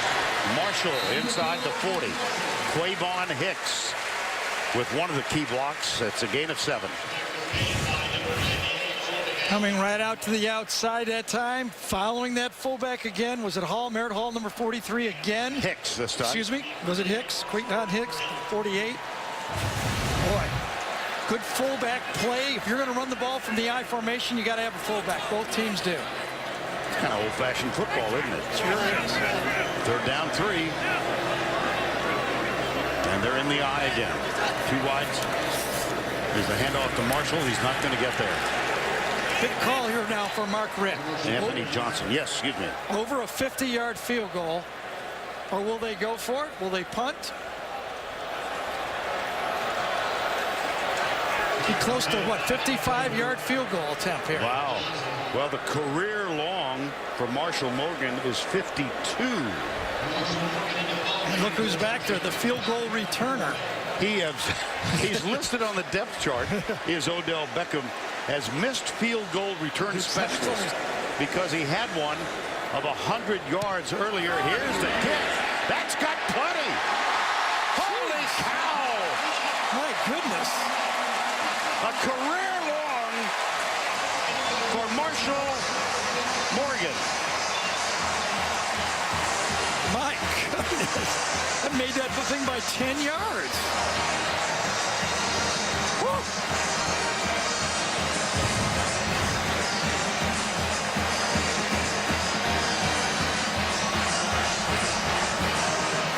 Check for helium. Check for helium. Odell Beckham said, I don't have a chance on this one. My gracious. Ha. Oh, boy.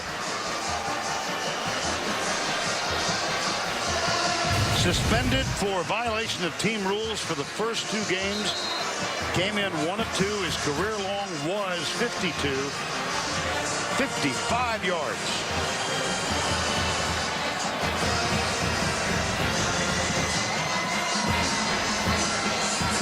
And don't forget, later in the game, the play of the game presented by Napa Auto Parts. This is how we started the half. Georgia up by 7.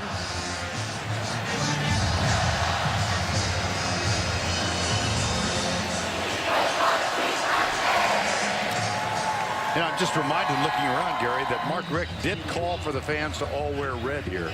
They listened. They did. Yeah. My gracious.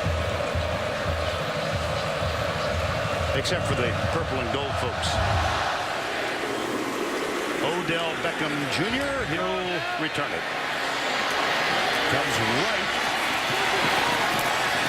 and has to hurdle a defender to get out of bounds. Tune in for college, pro, and fantasy coverage from a fan's perspective. Take back your Sundays with that other pregame show tomorrow morning, starting at 9 Eastern on CBS Sports Network, the 24-hour home of CBS Sports.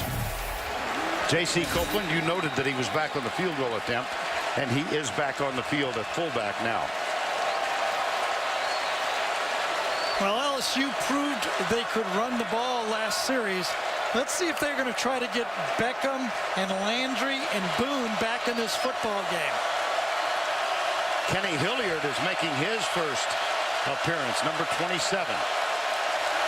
So we've seen each of the quartet. Hilliard is the last to make an appearance. They do use all four, though the featured back now is Hill. And just an interesting footnote, at some point in their career, Hill, Blue, McGee, and Hilliard has each run over 100 yards in a game. 2nd and 7. There you go.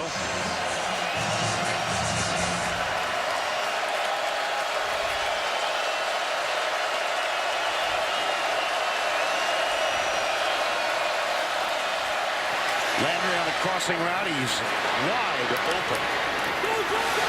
Still, yep. Yeah, all the way out to the 50-yard line. Ran the formation into the sideline and then just cross underneath one of those undercuts off play action pass. Get the ball to your playmakers. You're up against linebackers. You know, when you have one of those big linebackers chasing that time, Jenkins, not a chance. Here's Hilliard on the first down carry.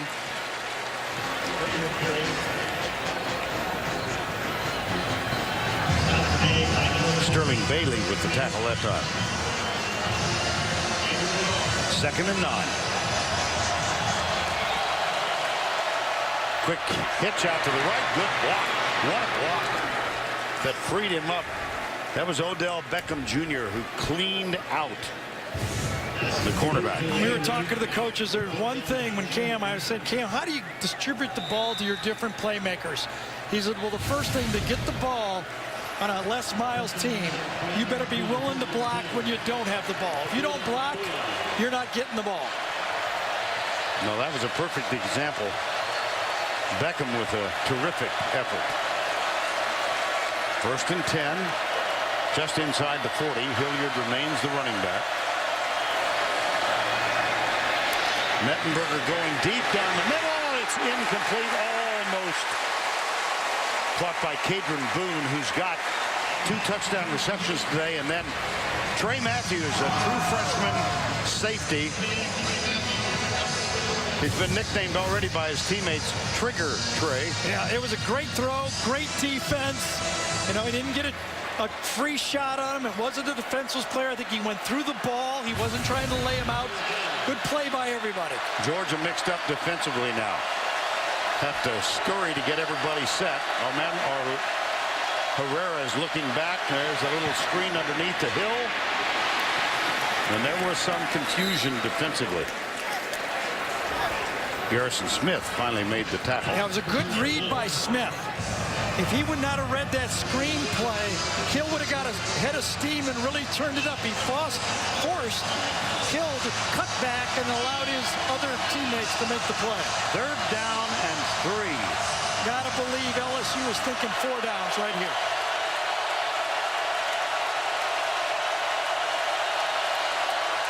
Oh, boy. Now it's going to be 3rd down and 8. False start on the offense. Number 78, 5-yard penalty.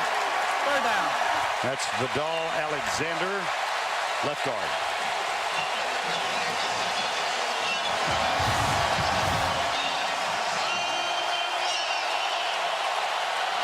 The Georgia defense again was threatening blitz, and you could see out of the peripheral vision, Vidal saw that and said he had just moved a little bit too much.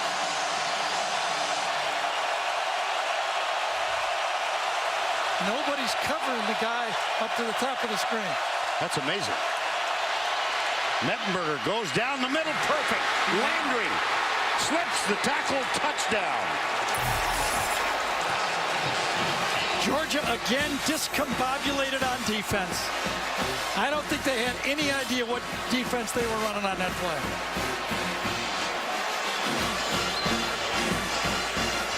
You see them even after the play talking to each other. Delahousie on to tie this one up with 3:40 to go, third quarter. What a throw. Just as good as the throw that was broken up before.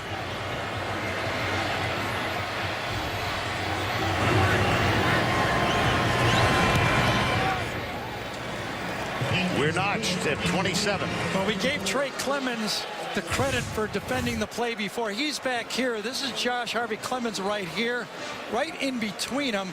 But there was such a mix-up to the other side of the field. And I don't know if Georgia knew exactly what they were doing on the play. Well, let's take a look from behind Zach Mettenberger. He can throw the ball, can he?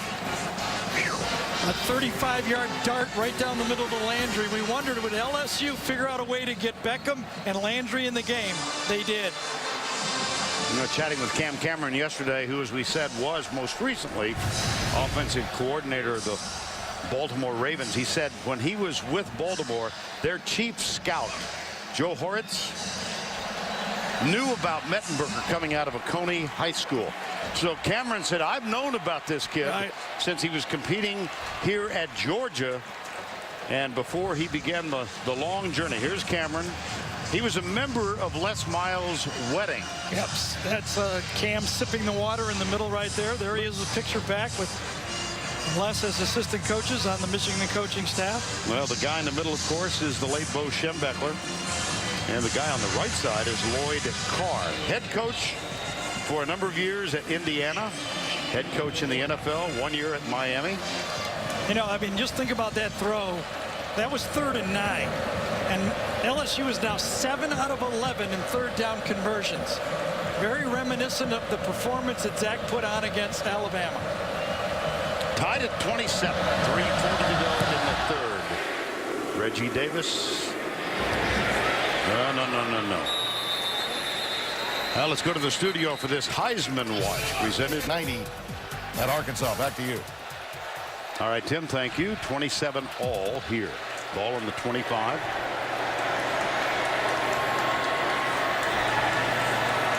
Marshall is the running back. Not much.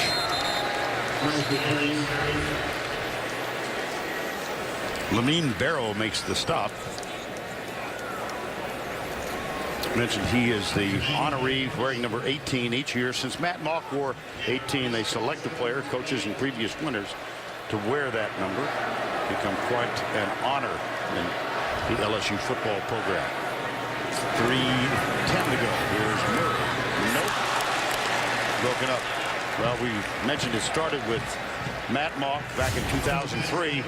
Then the number was worn by Jacob Hester. He handed off to Richard Dixon, Murphy, Taylor, Benny Logan, and this year it's Lamine Barrow. Considered an honor if you are an LSU football player. When will the LSU front four make a play? Or will John Chavis and LSU continue to have to blitz to get pressure on Aaron Murray? 3rd and 7 here. In contrast to LSU, Georgia not all that effective on third downs, and they are not effective on this one. That has not been called all day, and it wasn't called there. Jalen Mills this time doing the defending.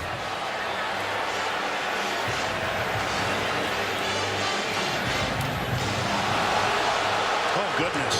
They're hitting him, but they're not calling it. You're just going to have to go through it. Well, come on. That has not been called all game. We're not saying it's not, shouldn't be called, but it hasn't been called.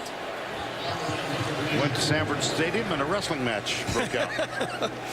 4th and 7. Well, that's 2 or 3 examples of what might have been called. Remember, Mettenberger had one, LSU had one early, both sides. Ball's loose. Still, and Georgia's got it.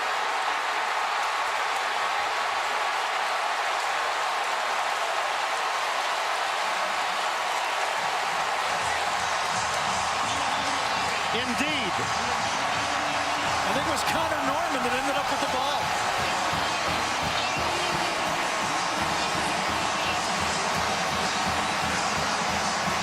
Well, your surest player on the field misses it and hits his face mask.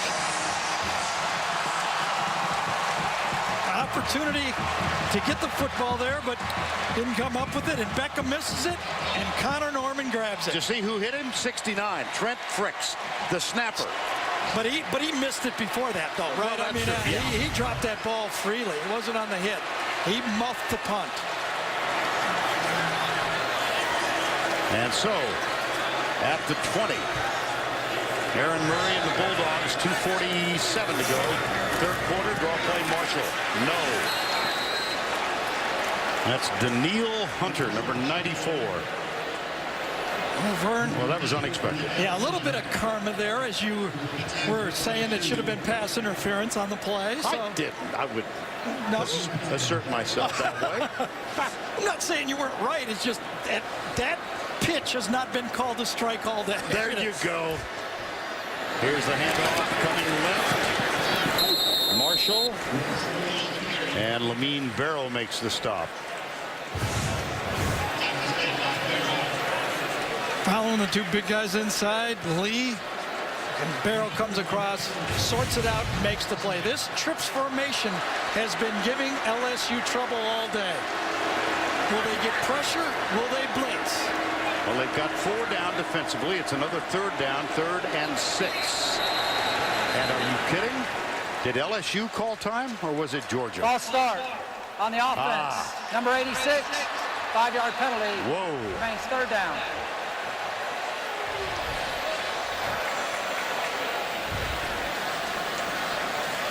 Now 3rd and long here. This is where John Chavis' MO is. He likes to do the zone blitz and force the ball to come out and drop his defensive lineman. Nobody does. Nope. Murray wide open. Michael Bennett, Georgia touchdown. That looked like a blown coverage. I'm tired of saying it.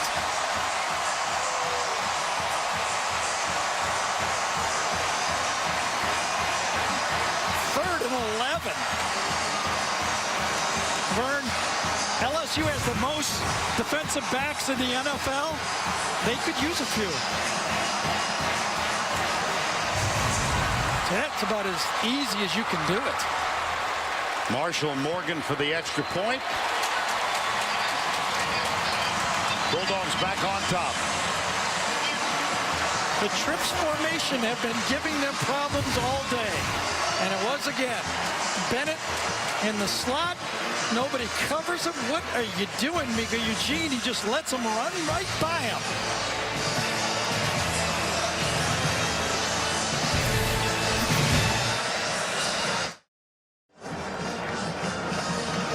Well, this sea of red has sent waves lapping over the stadium. And let's take another look at the touchdown. First of all, the muffed punt. Gets him right in the face mask for Beckham. Muffs it. They get it back. And then after an illegal motion penalty, you see this little bit of confusion between these two guys. The free safety doesn't know who to take. DJ Welter, Eugene, Alphonse Gaston. I like that. Right? Yes. I concur.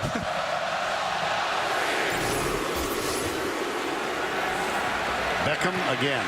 Yard in. You better not let him loose. And let's go back to the studio for this lift ahead in the Pac-12 North, and that's some pretty stiff competition in what many people believe is the second-best conference in America. Back to Vernon Garrett. All right, Tim, who would be number 1 in your mind? I wonder. First down. at the 30.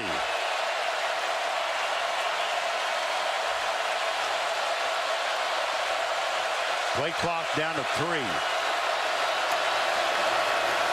Just do beat it. Here's Hill between left guard and left tackle.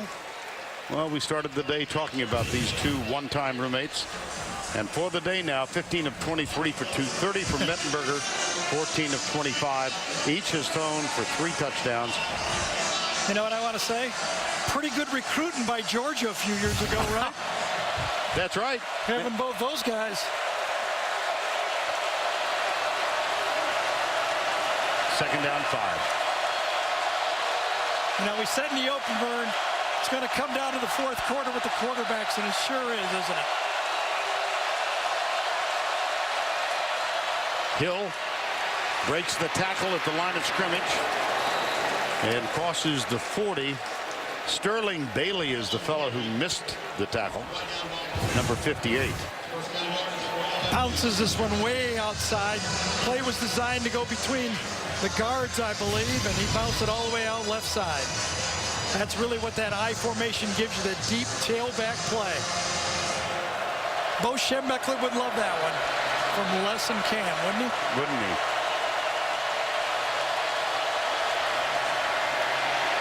Mettenberger right side. Beckham. Swan brings him down from behind. Number 5, Damian Swan. 17 yards on that one. As the trips formation has really helped Georgia, the stack twin formation where both Landry and Beckham are together has given the Georgia defense problems. No, that'll be the end of 3.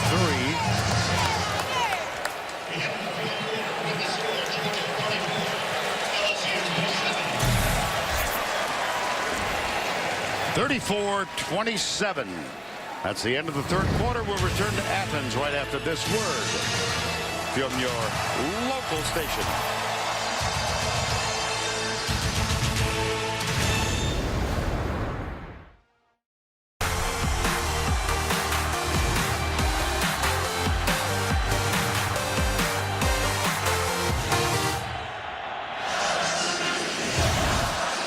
We're back at one of the best scenes in all of college football, Sanford Stadium on a Saturday afternoon. We begin the fourth. Vern Lundquist, Gary Danielson, Tracy Wolfson with you.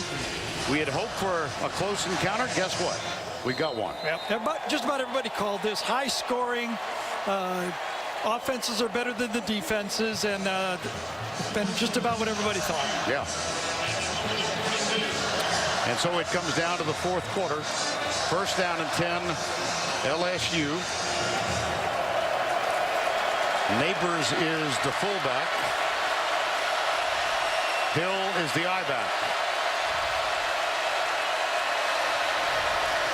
Hill going right, turns the corner, and is stopped. You know, it just strikes me, who has the ball last? It might be. And I think the loss, obviously, of Todd Gurley has been huge. Georgia only ran the ball for 15 yards in that third quarter, and LSU had it for over 60 yards on the ground. I think that's a big storyline in this game. Each team has had a turnover, and it cost them 7 points. And here is LSU running the ball. Yeah, there was one of those bubble screens out there. Landry, that's right. Basically a run. That's what happens when you get your head turned. No, I mean, you might as well count those as runs. Very close to a measurement. You know, Vern, you may be right. I mean, you're looking at this, it just appears that Mettenberger and Murray they're not going to crack. It doesn't appear to me. So now it's almost like holding serve now. Which one of the two defenses could break serve and win this game? Because they look totally overmatched, don't they? Yes. Both defenses, they can't find the receivers. They really, right now, Georgia can't get a pass rush. It's all the talent's on the offensive side of the ball.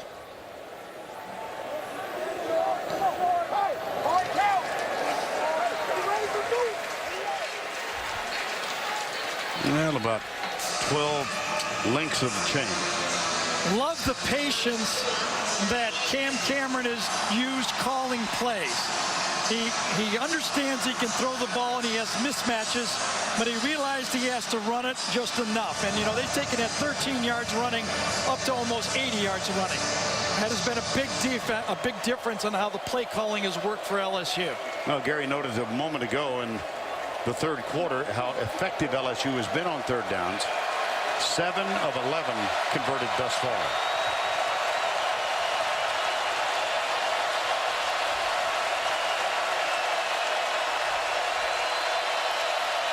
Give it to the fullback. He's got the first. Yeah, they stopped the play.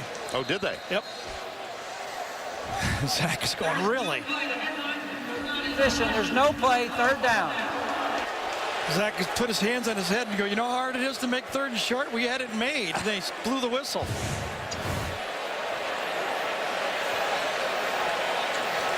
Everybody was ready but the clock guy, I guess. I guess. Yeah.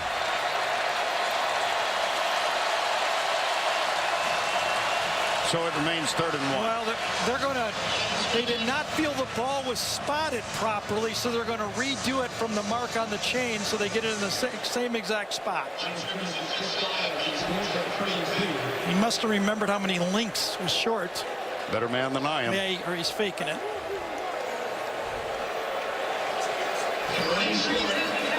Have you noticed Please set the game clock to 14:25.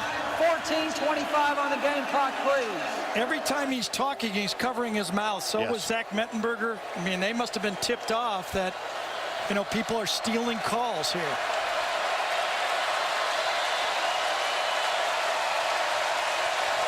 Neighbors is the fullback. Jeremy Hill, the tailback.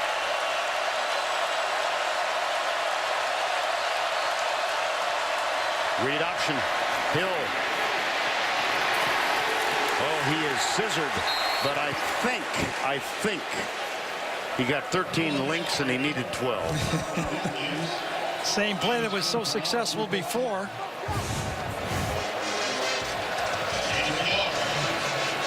See, no one forced the pitch that time, so there was no room to cut back. Jordan Jenkins was not eliminated on the end line on a scrimmage, but still a first down.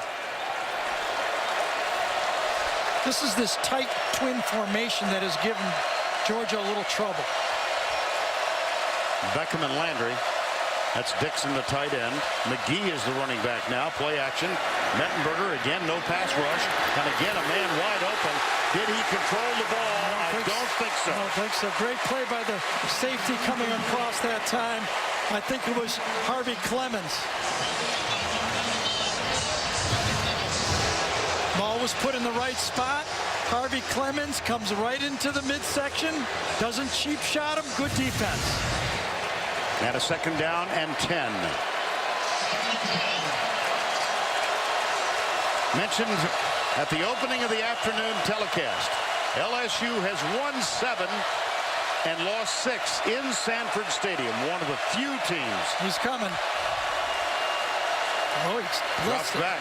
Mettenberger. He thought he was too. Ooh. Oh, wow. Jordan Jenkins had one, didn't he? Yes.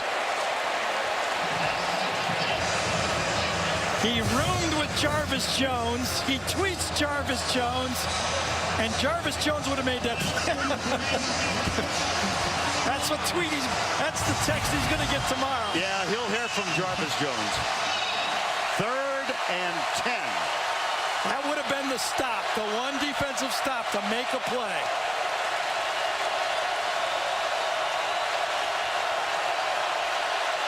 Both receivers near side. 3-man rush. Mettenberger deep in the middle. Wow, what a play. Wow, Jarvis Landry. Now the helmet came off. Does he have to leave for one play? It depends if the defender knocked it off. But even if he does, it's worth it. Ball again put in a perfect position. You can't throw it any better. Cam Cameron calls it throwing the receiver open. That's exactly what happened. That's a 25-yard gain and a 1st and goal. Kenny Hilliard is back in. What a beautiful play.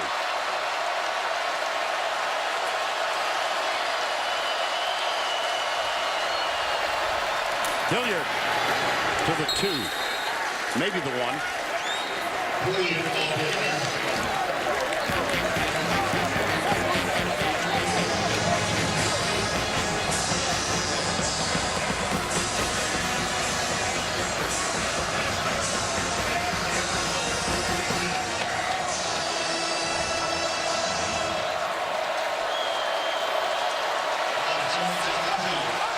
Hilliard still the tailback. J.C. Copeland is the fullback on 2nd down. This is the 11th play of the drive. Follow the fullback for a touchdown for LSU. Kenny Hilliard strolls in untouched and celebrates with his teammate J.C. Copeland. How about that 3rd down throw? That catch, great execution. Elite quarterback play. Plenty of athletes. LSU holds serve.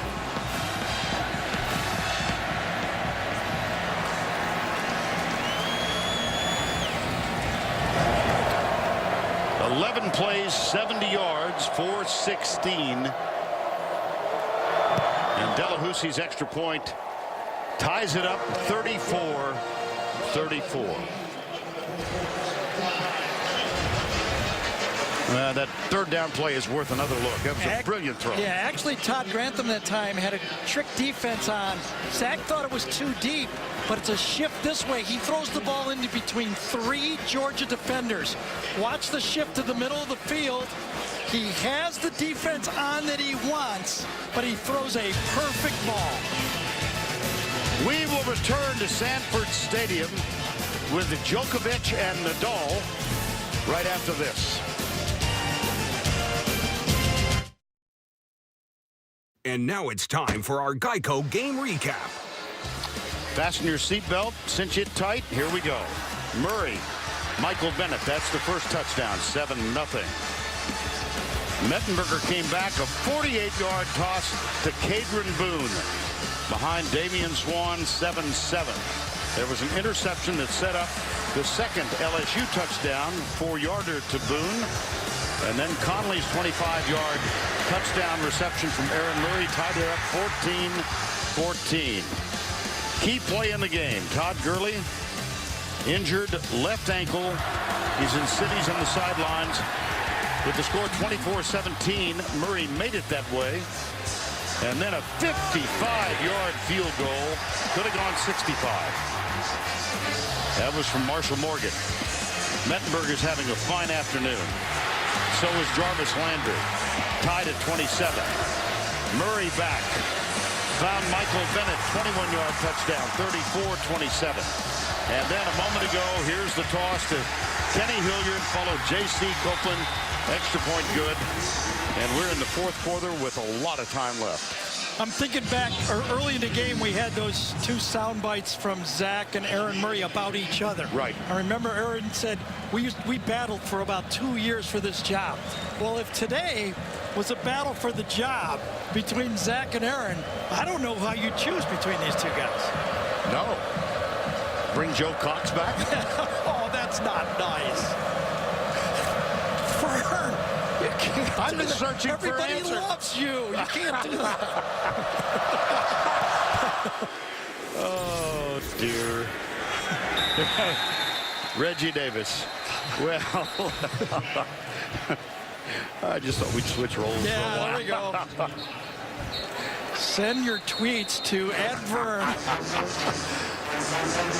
Well, that was Jordan Jenkins, and that might have been the clincher. I don't know, but wow. And then this play, Gary. Yeah, Jarvis Landry makes the catch, and then it's a walk-in. So here we are, 12-17 remaining. Heavyweight bout indeed. Conley. Play action. Murray rolls out. He'll keep it.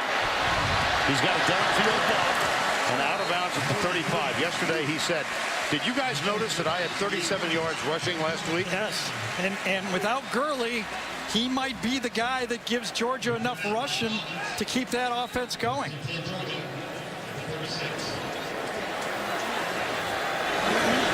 First and 10.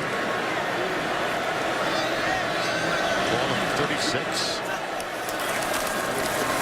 Marshall getting a heavy workload because of the injury to Todd Gurley. This is Jamorie Rasco, number 54. There's Gurley in civvies on the sidelines. Second down and 8. We talked about Georgia scoring over 40 points in 10 of their last 12. It looks like they're going to lead at least 41 in this game, aren't they? They sure are. Second and 5.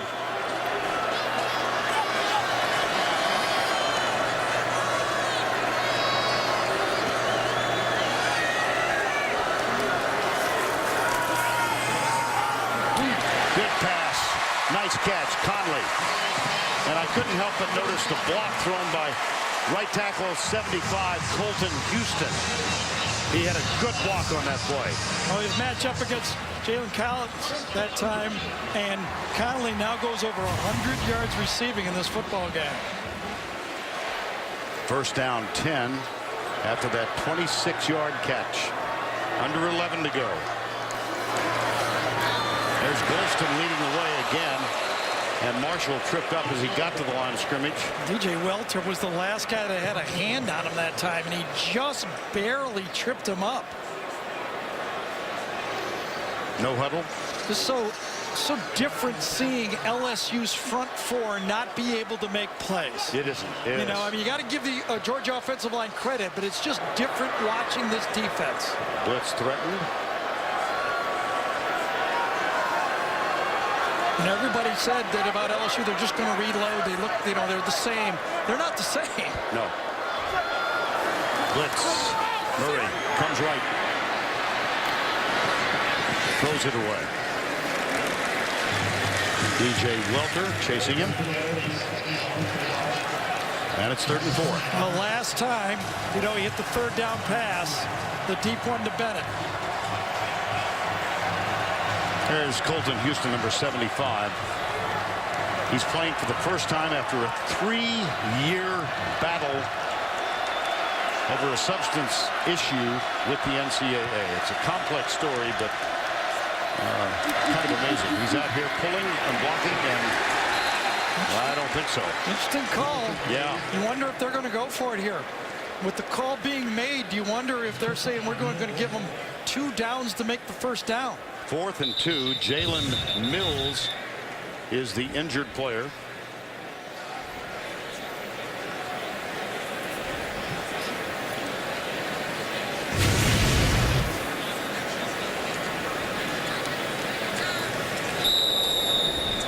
Young man from DeSoto, a suburb of Dallas. And while they tend to him, we'll take a timeout. The Home Depot SEC on CBS is sponsored by the Home Depot, Liberty Mutual Insurance, Chick-fil-A, and by the Ford F-150. Jalen Mills walked off unaided on the LSU sideline. Georgia has decided to eschew the 55-yard field goal. They will go for the first down. Yeah, he likes to go to Michael Bennett in this situation. 4th down and 2. Andrews will snap it back, which he does. Murray across the middle, got him. Justin Scott Wesley. You really got to love, and it's going to be probably roughing the passer too on the play. Roughing the passer on the defense, number 15, half the distance, automatic first down. Great pitch and catch.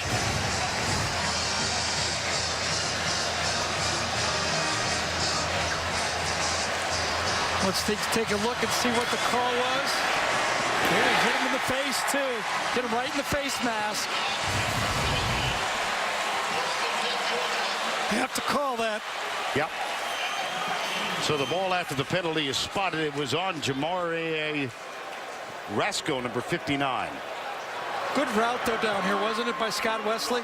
Beautiful route. Stemmed it up, came across, perfect throw. Again, neither defense can make the stop. We saw Jenkins had an opportunity, couldn't do it. Can LSU find a stop? J.J. Green is on the... Mark Richt is out there as well and said, no, we're not set to run timeout, Georgia. Yeah, J.J. Green, as you mentioned, that's the guy probably too. Yep. Again, the ramifications of not having Gurley. Someone down the line, J.J. Green's supposed to shift or move. He goes the wrong way and can't waste the play now.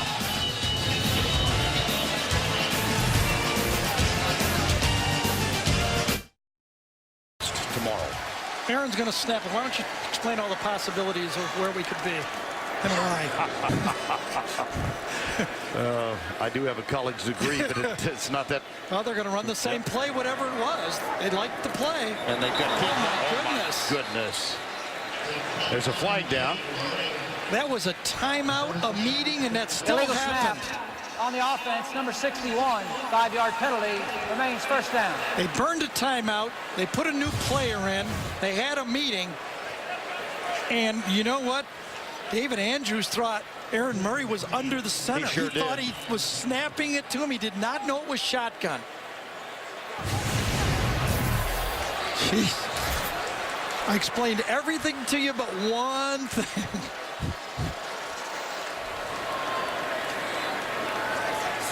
On 1st and 15, Murray. Down the middle again. Incomplete. Knocked away. It was intended for Conley.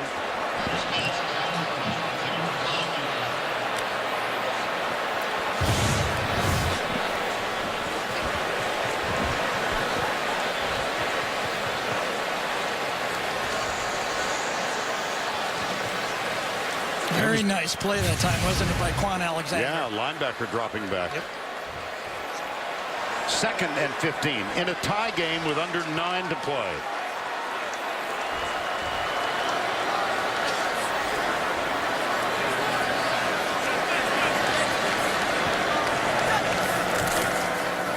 Marshall, no chance. Boy, read again by Quan Alexander. Said, who will step up and make a play? Number 25 has said, I just made 2 of them. Alexander getting the start today because Taj Jones pulled a hamstring last week. Alexander came into that game against Auburn and had 10 tackles. So now it's 3rd and 16 at the 20. Remember last time, 3rd and 11, they gave up a touchdown. They're much softer zone here. Bennett is in the slot to the left. Murray across the middle, tipped and incomplete. Intended for Bennett. So now they'll have to settle for the try for 3 with Marshall Morgan.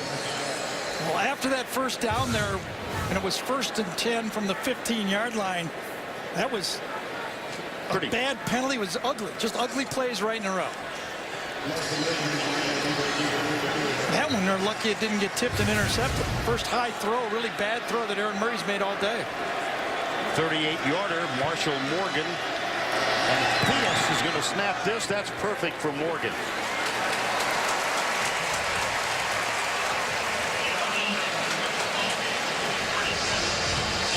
(37-34).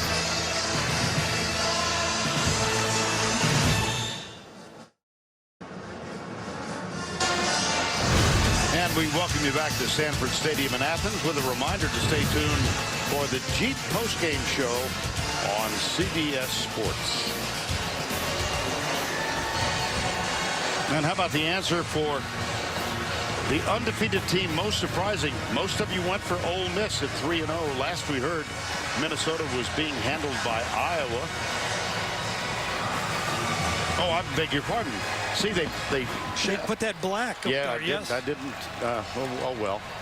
Ole Miss was bad, second. as they say. Yeah. I would have voted for Ole Miss. That would have been my biggest surprise, tell you the truth, because they played at Texas. I didn't know if they could win that game. Of course, they're at Alabama tonight.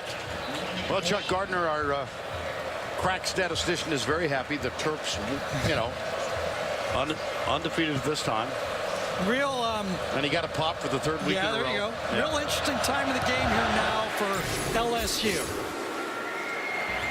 Beckham, he will bring it out from about 4 yards in. And he's tackled. You know, I don't think with 8 minutes to go in the fourth quarter, you can really think clock. I mean, it'd be nice to have a 7-minute drive and score the touchdown. But I think you also got to balance that with maybe if we go a little faster, we'll get the ball back. I mean, one thing they know, if anybody's going to score next, it's got to be LSU. Georgia gets the ball back up 3, they might not get it back again.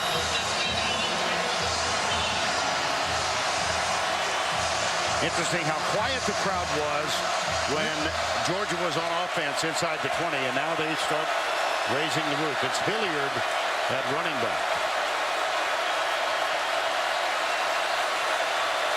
Jeremy Hill hasn't seen action in the last series or two. Here's Mettenberger back. I heard a whistle somewhere, but not to be. Jordan Jenkins with the sack. I thought I heard a whistle. I think this was messed up. Yeah, nobody blocked them that time. There was a lot of calls and check with me's and switching out of plays before the snap. And you mentioned how loud it was. LSU, obviously, the offensive lineman, and Collins did not hear it. That is Jenkins' first sack of the season. No, now they bobbled the snap. Loose ball.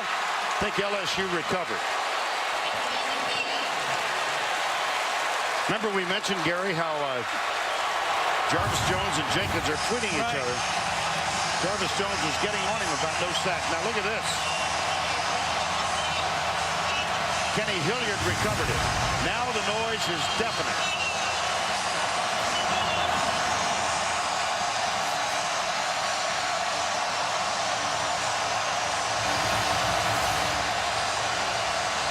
LSU needs to snap this ball. They cannot take a timeout. 5 seconds. 4. They have to take a timeout. Oh, I'd rather take a 5-yard penalty than a timeout. They now have 1 remaining. I mean, what's the difference? Third and, what is it? 3rd and 23 or 3rd and 28? I want my timeout.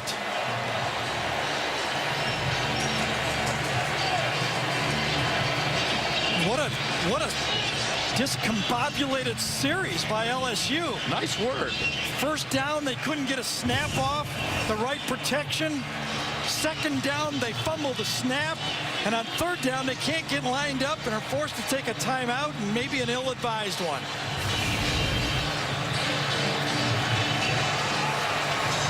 You know, we were wondering what defense might make a stop. It was the offense. Yeah. I didn't think they would do that. Stop themselves.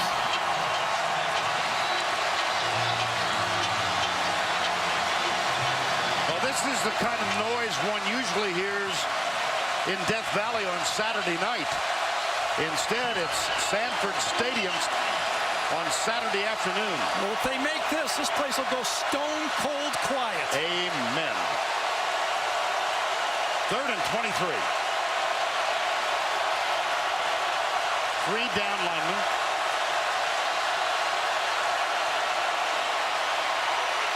Mettenberger drills it right side. Caught by Beckham. He got it. My gosh. The new laws of offense, I guess. How about that? Needed 23, got 24. I mean, not only that, the defense was lined up right at 23 yards and still let him get open.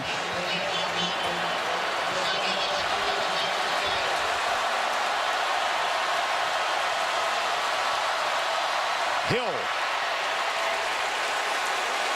Nothing. Josh Harvey-Clemens. Leonard Floyd. And now you start looking at that clock. It's in the 5-minute range. And you start to say, can we put this into the end zone, you know, under a minute? 2nd down 9. Landry and Beckham. Top of the screen. I formation. Play action. Mettenberger across the middle. Crossing pattern again. It's Landry. That has been so effective for them today. That short crossing route, we call them over routes. Right across the linebackers and shallow. And here I am saying they're wasting a timeout and they make a first down. The rules have changed. Everything's different now. Great throw, great play, and now they're in a position to maybe run this thing out and put points on the board. Mettenberger. Again, the crossing route. Again, it's Landry. And again, a missed tackle. And now they're at the 35-yard line.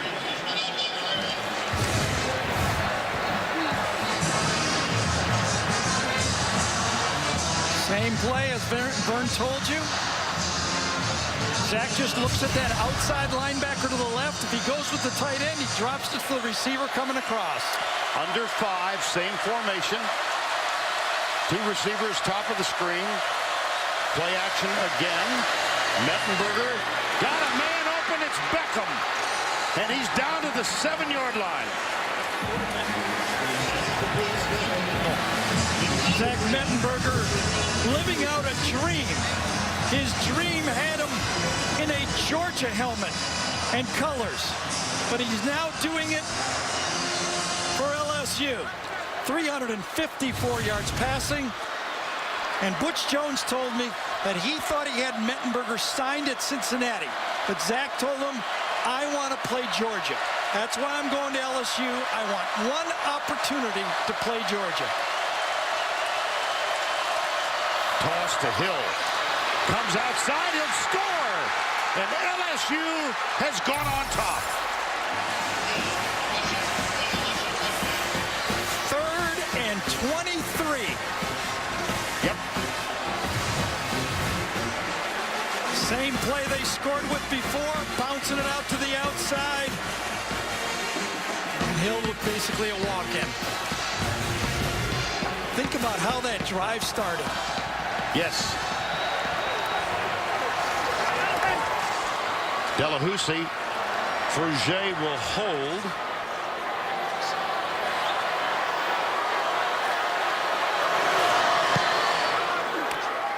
And the Tigers lead by 4. 3rd and 23. Well, I'm back here saying the strategy should have been to save a timeout. And they got that one, but then they came to Beckham later to get it in position to score. And then the pitch to come to the outside for the touchdown.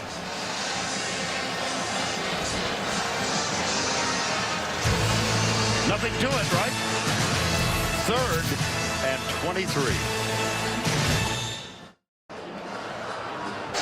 Rather extraordinary drive by the LSU Tigers, as for the 5th time they reclaim the lead. It's 41-37.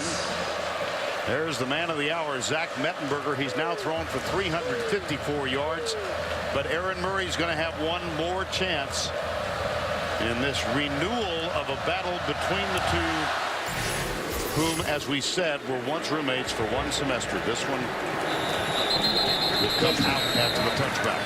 Well, this team, LSU, is 10 for 14 on 3rd down conversions. And probably as big as I've ever seen is that 3rd down conversion, 3rd and 23. Led to the drive. Good news for LSU, they finally got the lead. Bad news, 4 down territory, and Aaron Murray has a chance to take it back. Georgia has 2 timeouts remaining. Clock at 4:14.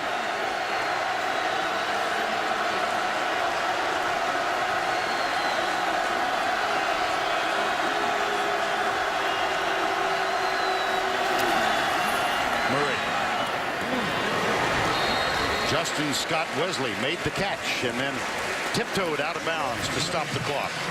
And Jalen Mills went for the football, got there just a bit late. You know, the 3-man rush did not work for Georgia. It does not appear it's working for LSU. Let's see when Chavis decides to turn them loose. 4-man rush. One coming from the corner. This one is caught by Arthur Lynch, the tight end. Out to the 45. 3:45 to go.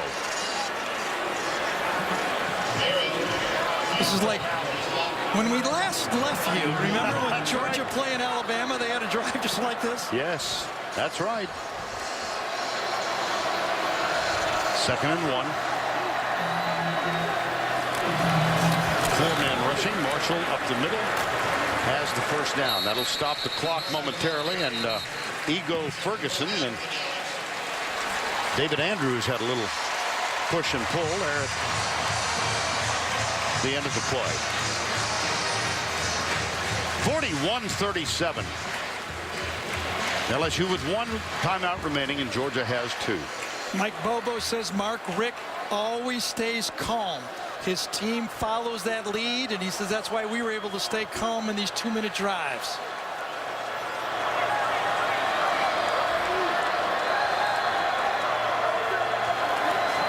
Three-man rush again. Murray with time goes back to Lynch over the middle.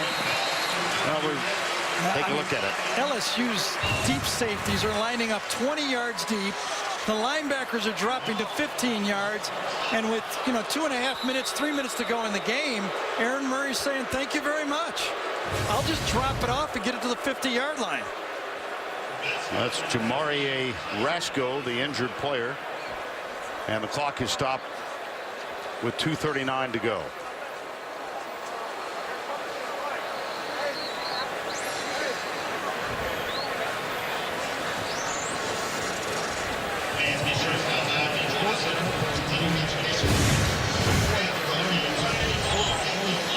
Came in from behind on Lynch. And the officials will use this injury time to measure for a first down to see if indeed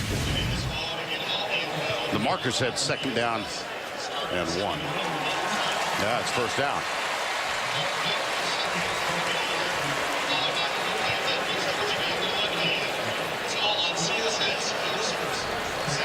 And you saw what he said. Yep. Fight like hell. Oh, can I say that? Yes, you can. All right. Yep. I just did. You did. Looked like it might be a Charlie horse for Rasco. Well, Mark Richt yesterday said in his search for a quarterback, he wants 3 things. He wants, number 1, an accurate passer. Number 2, a good decision maker. And number 3, probably most important, an ability to handle the pressure of the job. Here's Murray. J.J. Green, the freshman, is alongside him. Still playing soft. Green up the middle. Green with a first down. Gain of 18. Nice call that time. It's one of those calls, if it doesn't work, everybody thinks, what are you doing here? Dallas Lee, the left guard, led the way. J.J. Green, the number 3 back, and out comes Gates. Change at left tackle. That's a big change. Mark Beard. And Mettenberger can only watch now at the 2-minute mark. From the 25.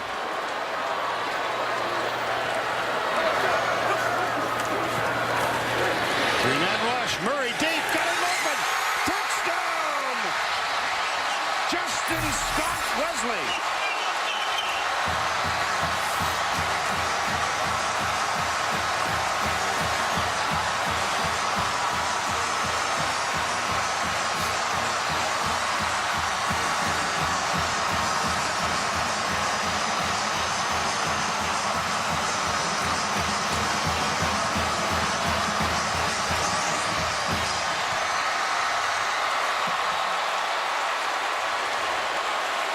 I did not think, Gary, that we would approach 49-42 that we had with the Alabama A&M game.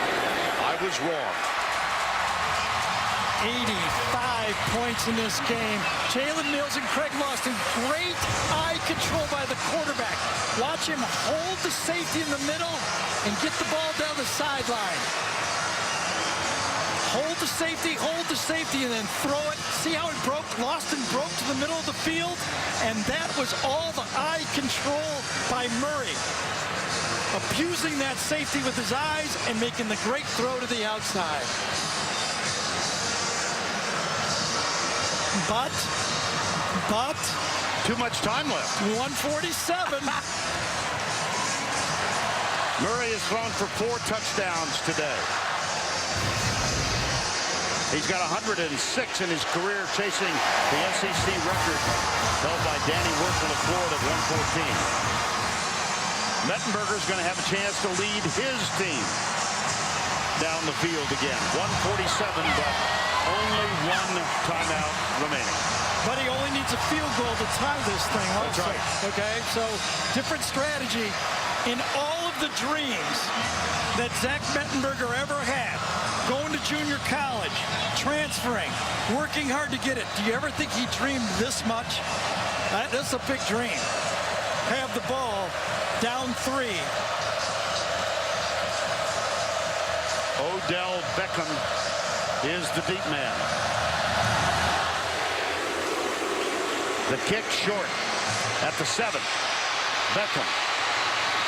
Oh, brother. He was oh so close to breaking that one. TJ Stripling, number 44, saved a lot of yardage, and a player is down for Georgia.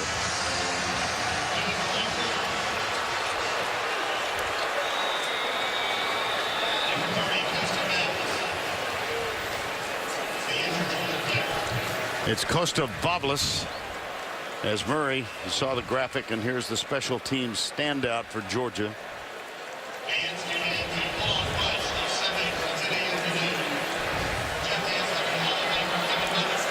Unbelievable story when you think about it, isn't it? 2 guys, they both enrolled early as high school in mid-year, lived together as in mid-January to come in here early as freshmen, competed for a year and a half, and now both of them are dueling. Well, it's we talked with both of them yesterday, and Aaron Murray was telling us, well, Mark Richt really said that in that spring. Yeah, Zach had a good game in that spring. Zach had a great game, but he said really Murray had a better practice period. The whole spring, Murray was better. So in all likelihood, had the unfortunate incident not occurred in which Zach Mettenberger was involved, the self-inflicted unfortunate incident. Yes, exactly. That's a bad word to use there. Unfortunate. You know, but he paid his price. Yep. Went back down, took a transfer, went to junior college, went to LSU, competed for a job, and won a job. And here he comes. Grew up in Watkinsville, played for Oconee County High School, had 3 different head coaches in his 3 years at the high school. Now he's under the tutelage of Cam Cameron, and he's facing a hostile team and a hostile environment.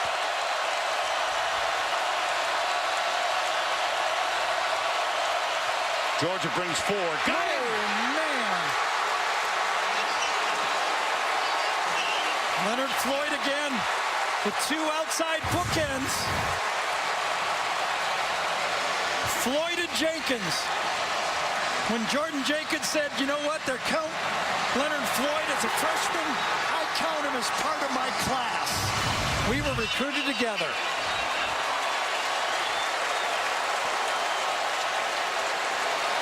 LSU took a timeout, I guess, right? It looks that way. And I wonder if they took the timeout because Zach was dazed. They have none remaining.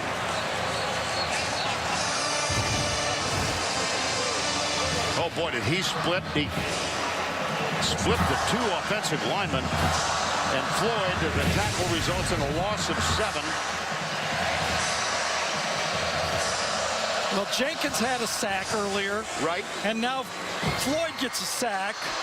Remember, Jenkins earlier had that opportunity to make the interception just before the last touchdown. Didn't make it. We wondered who would make the big play. Is that the big play? Well, we've already seen. I'm not going there. No. I'm just thinking, and it's sardonic. They've got 2nd and 17. If they lose 6 more, they're right there. Zach Mettenberger's got it right where he wants him. 3rd and 23. Well, obviously they got 4 chances. They get 3 more downs to make the first down.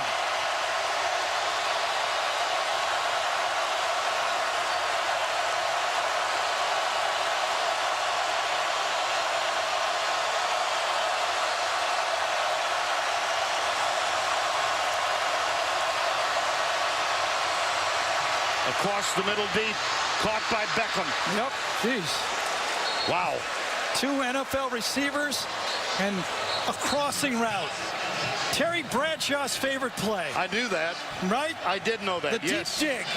Yep. Lynn Swan, John Stallworth, go across the middle. I don't care if there's 3 guys there. I'll hit you with the football. Here's the snap on first down. Across the middle, incomplete. Is there a flag? There is. They're not calling those today. No, they are not. You have to admit that they've been consistent all day. That was intended for Jarvis Landry. I must say, we talked about this being a heavyweight bout, and they are letting them slug it out today. No ticky-tack interference call. Not at all. 2nd and 10 with 1:08 to go. Landry and Beckham near side. Cadron Boone, top of the screen. That's Dixon, the tight end, back to supply blocking help. Mettenberger, that one took off on him. It might have been tipped. I think it was. I think Ray Drew might have got his hand on that. Not sure. I think it was Ray Drew. Great penetration.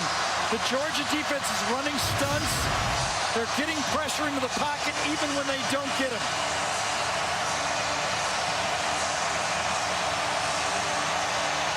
Delahousie is the new place kicker for LSU. A 3-point game, 3rd and 10. Blitz up the middle. Mettenberger across the middle. Incomplete. Is there a flag? There is no flag. Try to back shoulder throw that time. No, it's just a towel down, I believe. I think it was number 25. Harvey Clemens did.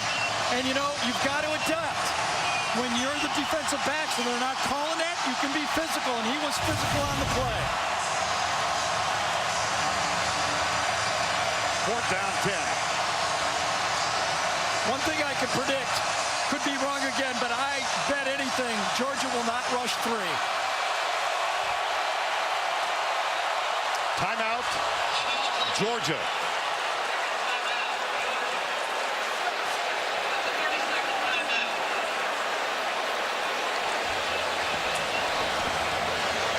Want to take a deep breath?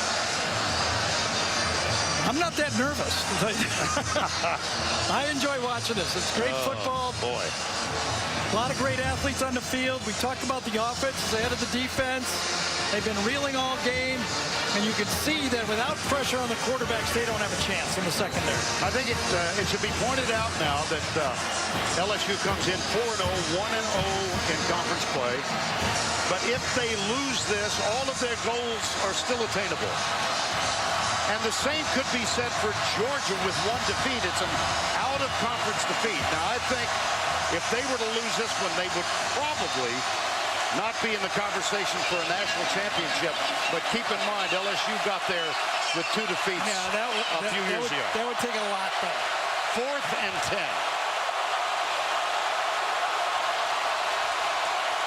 That's Dixon. Oh, my gosh. Mettenberger heaves it. That's incomplete. It'll go over on downs.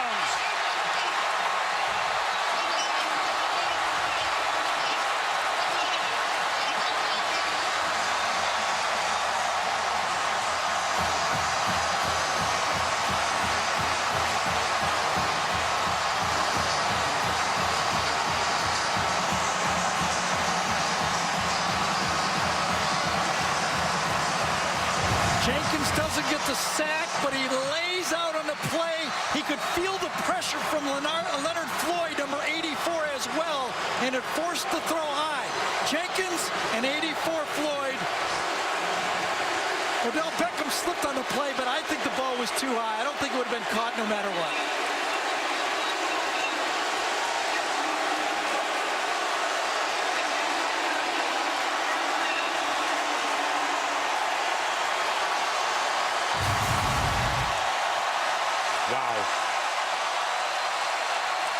Ultimately, it was the pass rush from Georgia that proved to be able to stop Zach Mettenberger.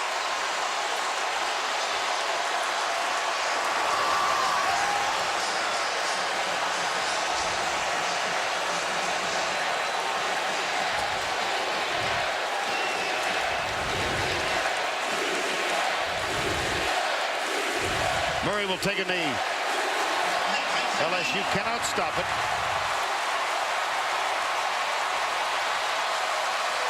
We called it today that this was a game where you got to measure up, and you take measure in this game. I'll tell you, both quarterbacks measured up. Well, the dream evolved into a bit of a nightmare for Mettenberger, but boy, what heart. It was.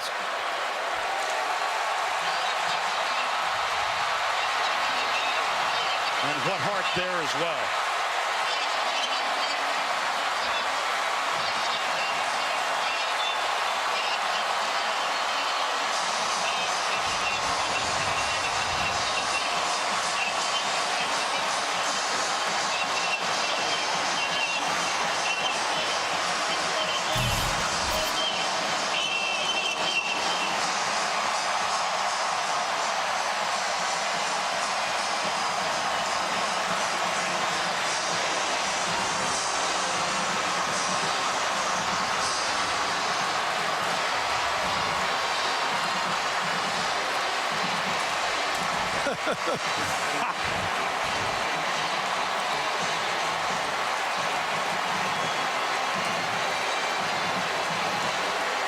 How fun is that? All of us that competed in our life, it's the one thing we all miss. You don't get to do that anymore.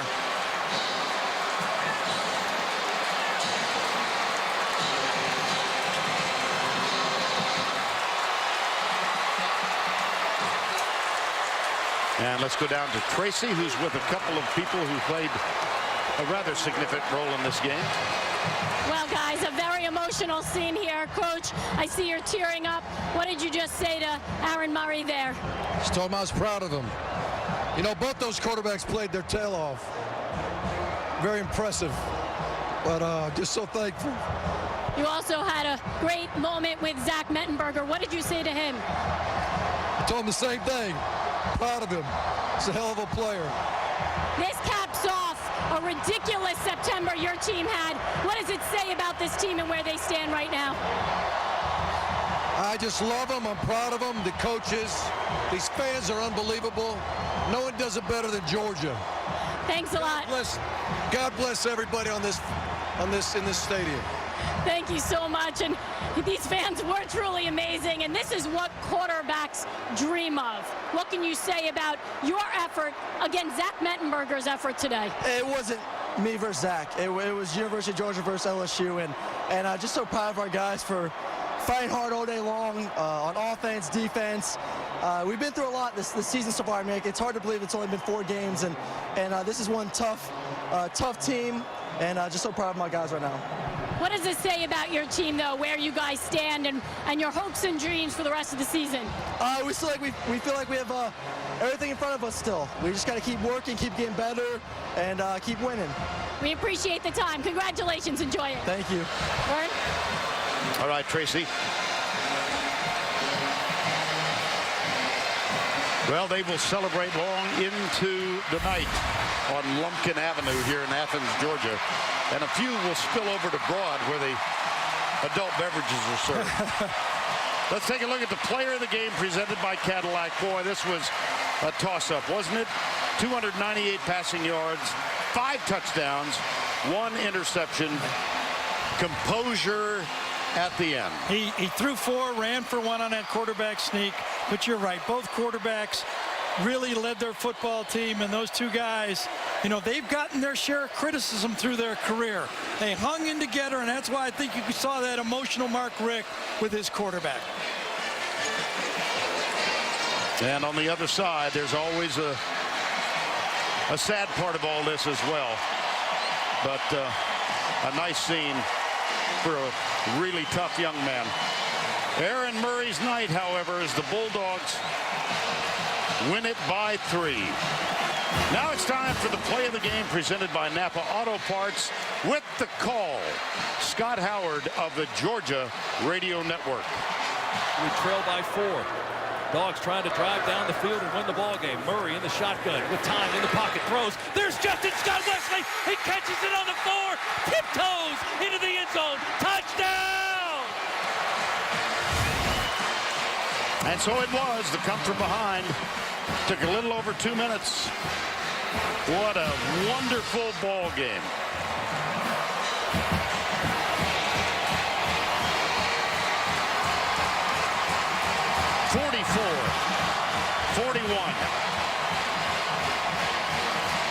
Zach Mettenberger, Aaron Murray, battling to the end. So for Gary Danielson and Tracy Wilson, Vern Lundquist saying so long from Athens. Our final score, 44-41. David Moulton, Butch Baird, Chuck Gardner, down in the truck, Greg Silver, Steve Milton, and the one who runs it all up here in the booth, Katie McGuire. We'll see you from somewhere next week. The Jeep Postgame Show is up next after these messages and a word from your local station.